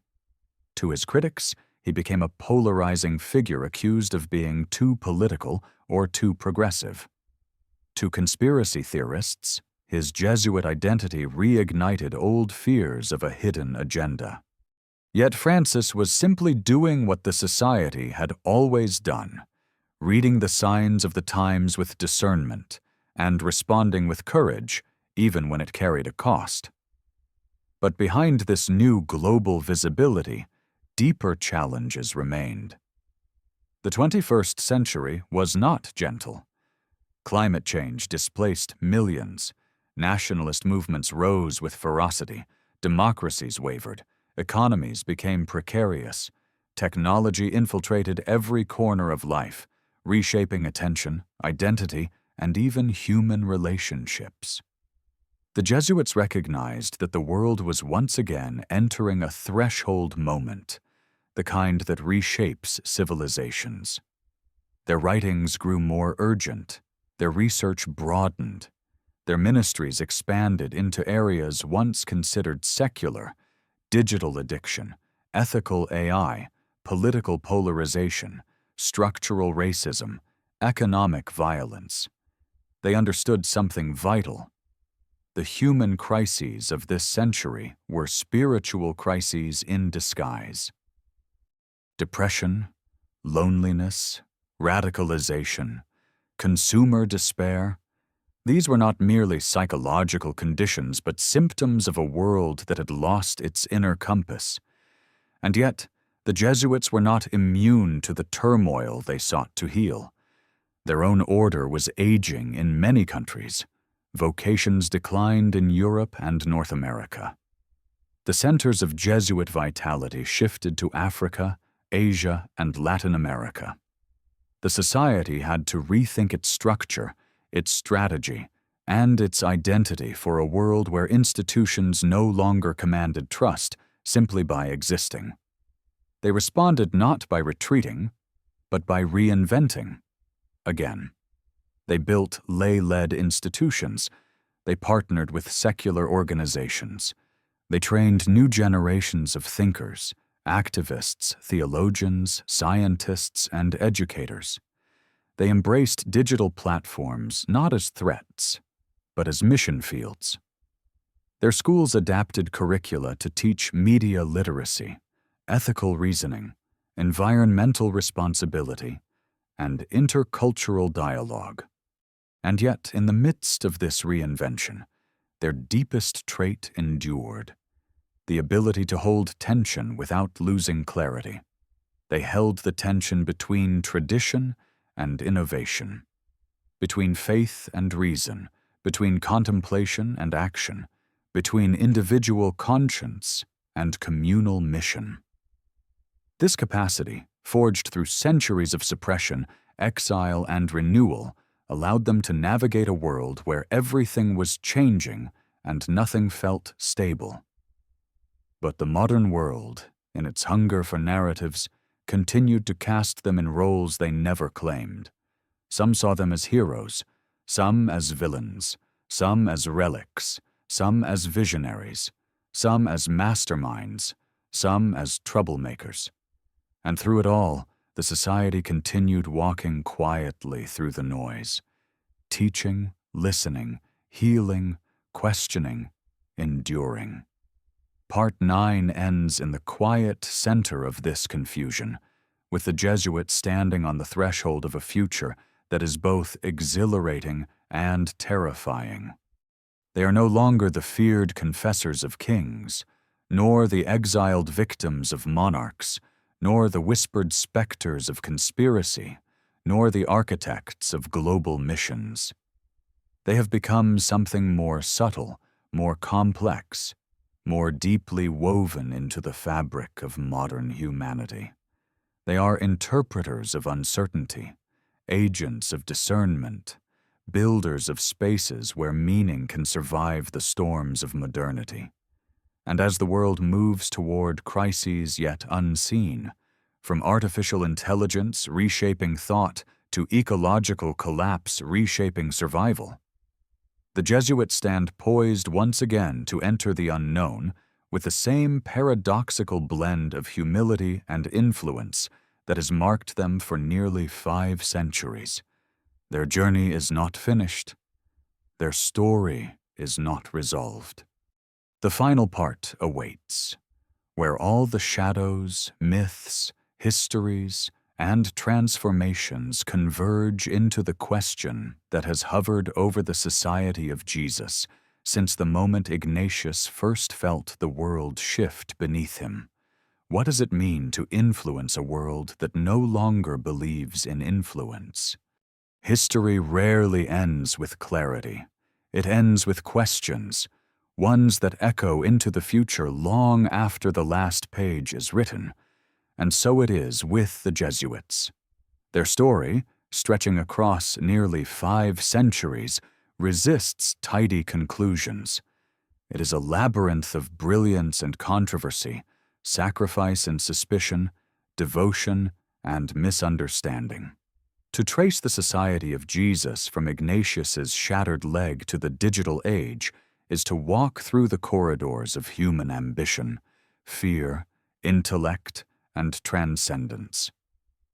And now, in the final chapter of this long journey, we confront the deepest mystery of all. What does the Jesuit legacy mean in a world that is still searching for its own identity? The 21st century is an age of fragmentation, ideological, economic, psychological. Nations fracture into tribes, communities dissolve into screens, attention splinters under the weight of infinite information. Climate change redraws coastlines. Technology blurs the boundaries between human and machine.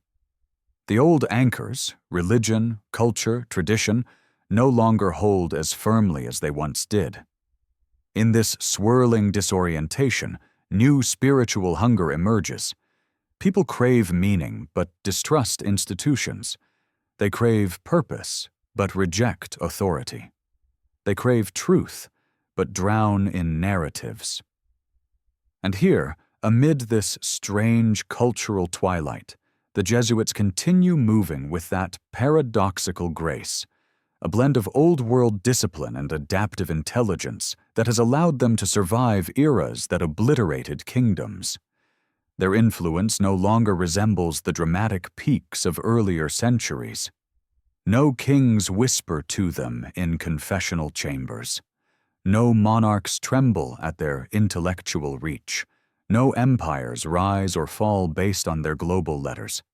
Instead, their influence has become quieter, more internal, more woven into the subtle architecture of global thought.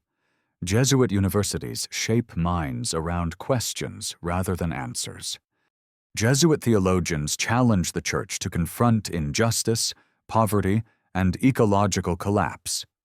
Jesuit scientists probe the mysteries of the cosmos and consciousness. Jesuit activists walk into refugee camps, shanty towns, war zones, and prisons. Jesuit counselors treat souls wounded not by medieval fears, but by modern loneliness. Jesuit journalists confront truth where truth is denied. They do not rule. They do not manipulate. They do not command. They accompany. They interpret. They illuminate. They endure. The old myths, however, refuse to die. Conspiracy theorists, armed with half-knowledge and digital platforms, continue to imagine the Jesuits as puppet masters hiding behind the Vatican, pulling strings that control governments, economies, and even world events.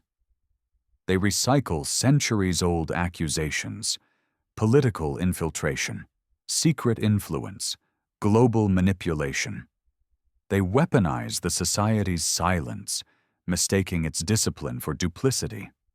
They interpret its intellectual reach as covert power. Yet the modern Jesuits move with a transparency that would have astonished their predecessors. Their universities publish research openly. Their theologians debate publicly. Their ministries operate under scrutiny. Their internal documents circulate online. Their superior general, once imagined as the Black Pope, gives press conferences, interviews, and public addresses. And still the myth remains, stubborn and immortal. Perhaps this is because the Jesuits represent something the world finds both admirable and threatening: mastery of the intellect, resilience in adversity, and loyalty to a mission beyond nations or politics. Perhaps the myth persists because humans need figures to project their anxieties onto, especially in an age where real power hides behind algorithms, corporations, and anonymous digital entities far more dangerous than any religious order. But the Jesuits do not battle these myths. They understand something deeper. Myths, like shadows, reveal more about the light behind them than about the figures they distort. So they continue their work, quietly, restlessly, with a focus that feels out of time. In classrooms from Manila to Madrid, Jesuit educators teach students to think, not what to think, but how to think. They teach discernment, that ancient practice of listening beneath noise, of navigating uncertainty without panic. In research centers, Jesuit scholars examine ethical questions surrounding artificial intelligence, biotechnology, and digital surveillance. They ask not just what technology can do, but what it should do. In refugee camps, Jesuit humanitarian networks provide shelter, education, and psychological care to families fleeing violence. In Africa, Jesuit communities confront the legacy of colonial wounds and help rebuild societies fractured by economic exploitation and conflict.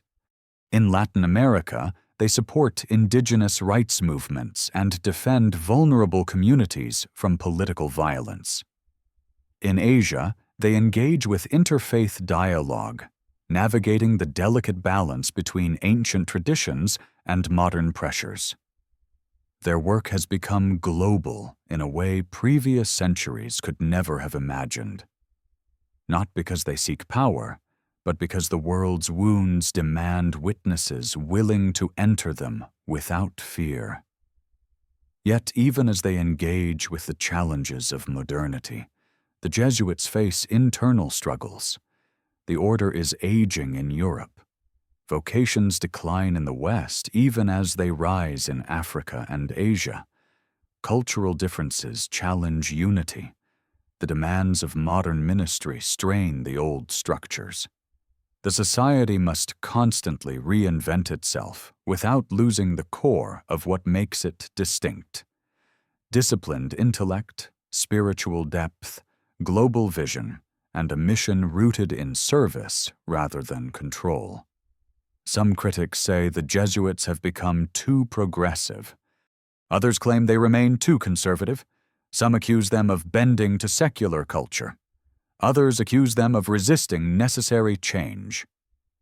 The society has always lived within tension, between contemplation and action, loyalty and independence, tradition and innovation. That tension is now sharper than ever, and managing it requires the same discipline Ignatius carved into the order's bones centuries ago. But in the midst of change, one truth remains. The Jesuits understand humanity.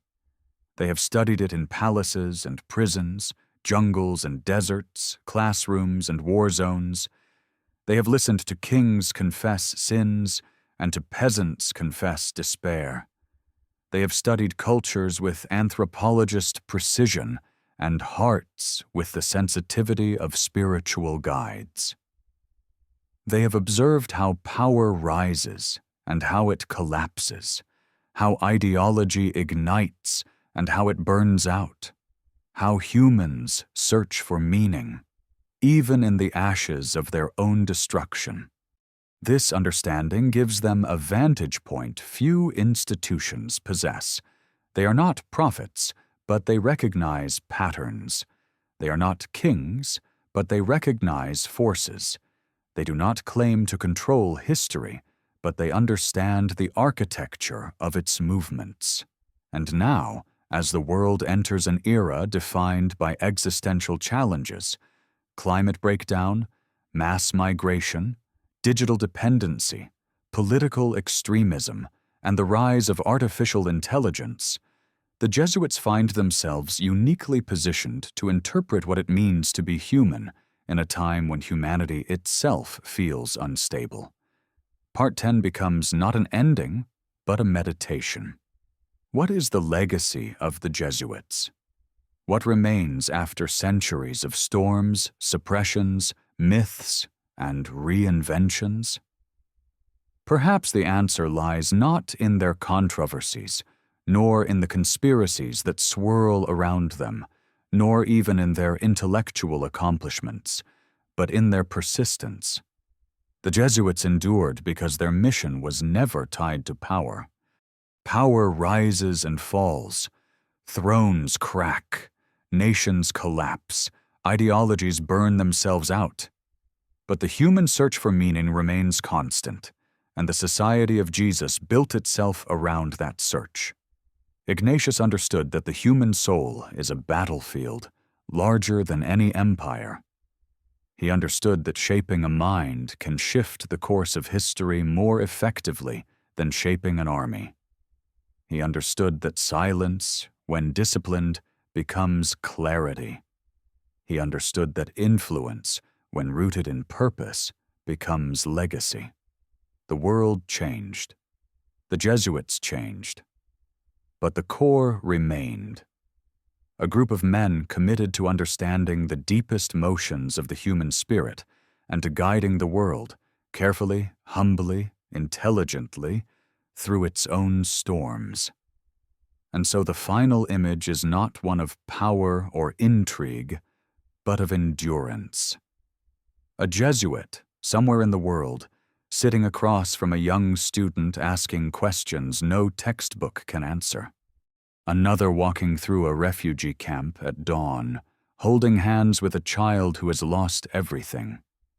another writing quietly in a dim office, studying the ethical implications of a technology that could reshape humanity. Another debating philosophy in a classroom filled with students from every corner of the earth. Another standing in silence before the ruins of a city devastated by war. The world may no longer fear the Jesuits, nor revere them as it once did. But it still needs them, not as secret advisors, not as political manipulators, not as mythic figures, but as interpreters of meaning in an age drowning in noise. Their story does not end here. It continues quietly in minds they shape, in communities they serve, in questions they ignite, and in the unfolding of a world still searching for its own soul. And perhaps that is the greatest secret of all. The Jesuits never sought to shape history by controlling it. They shaped it by understanding it, deeply, patiently, relentlessly. The rest is up to the world.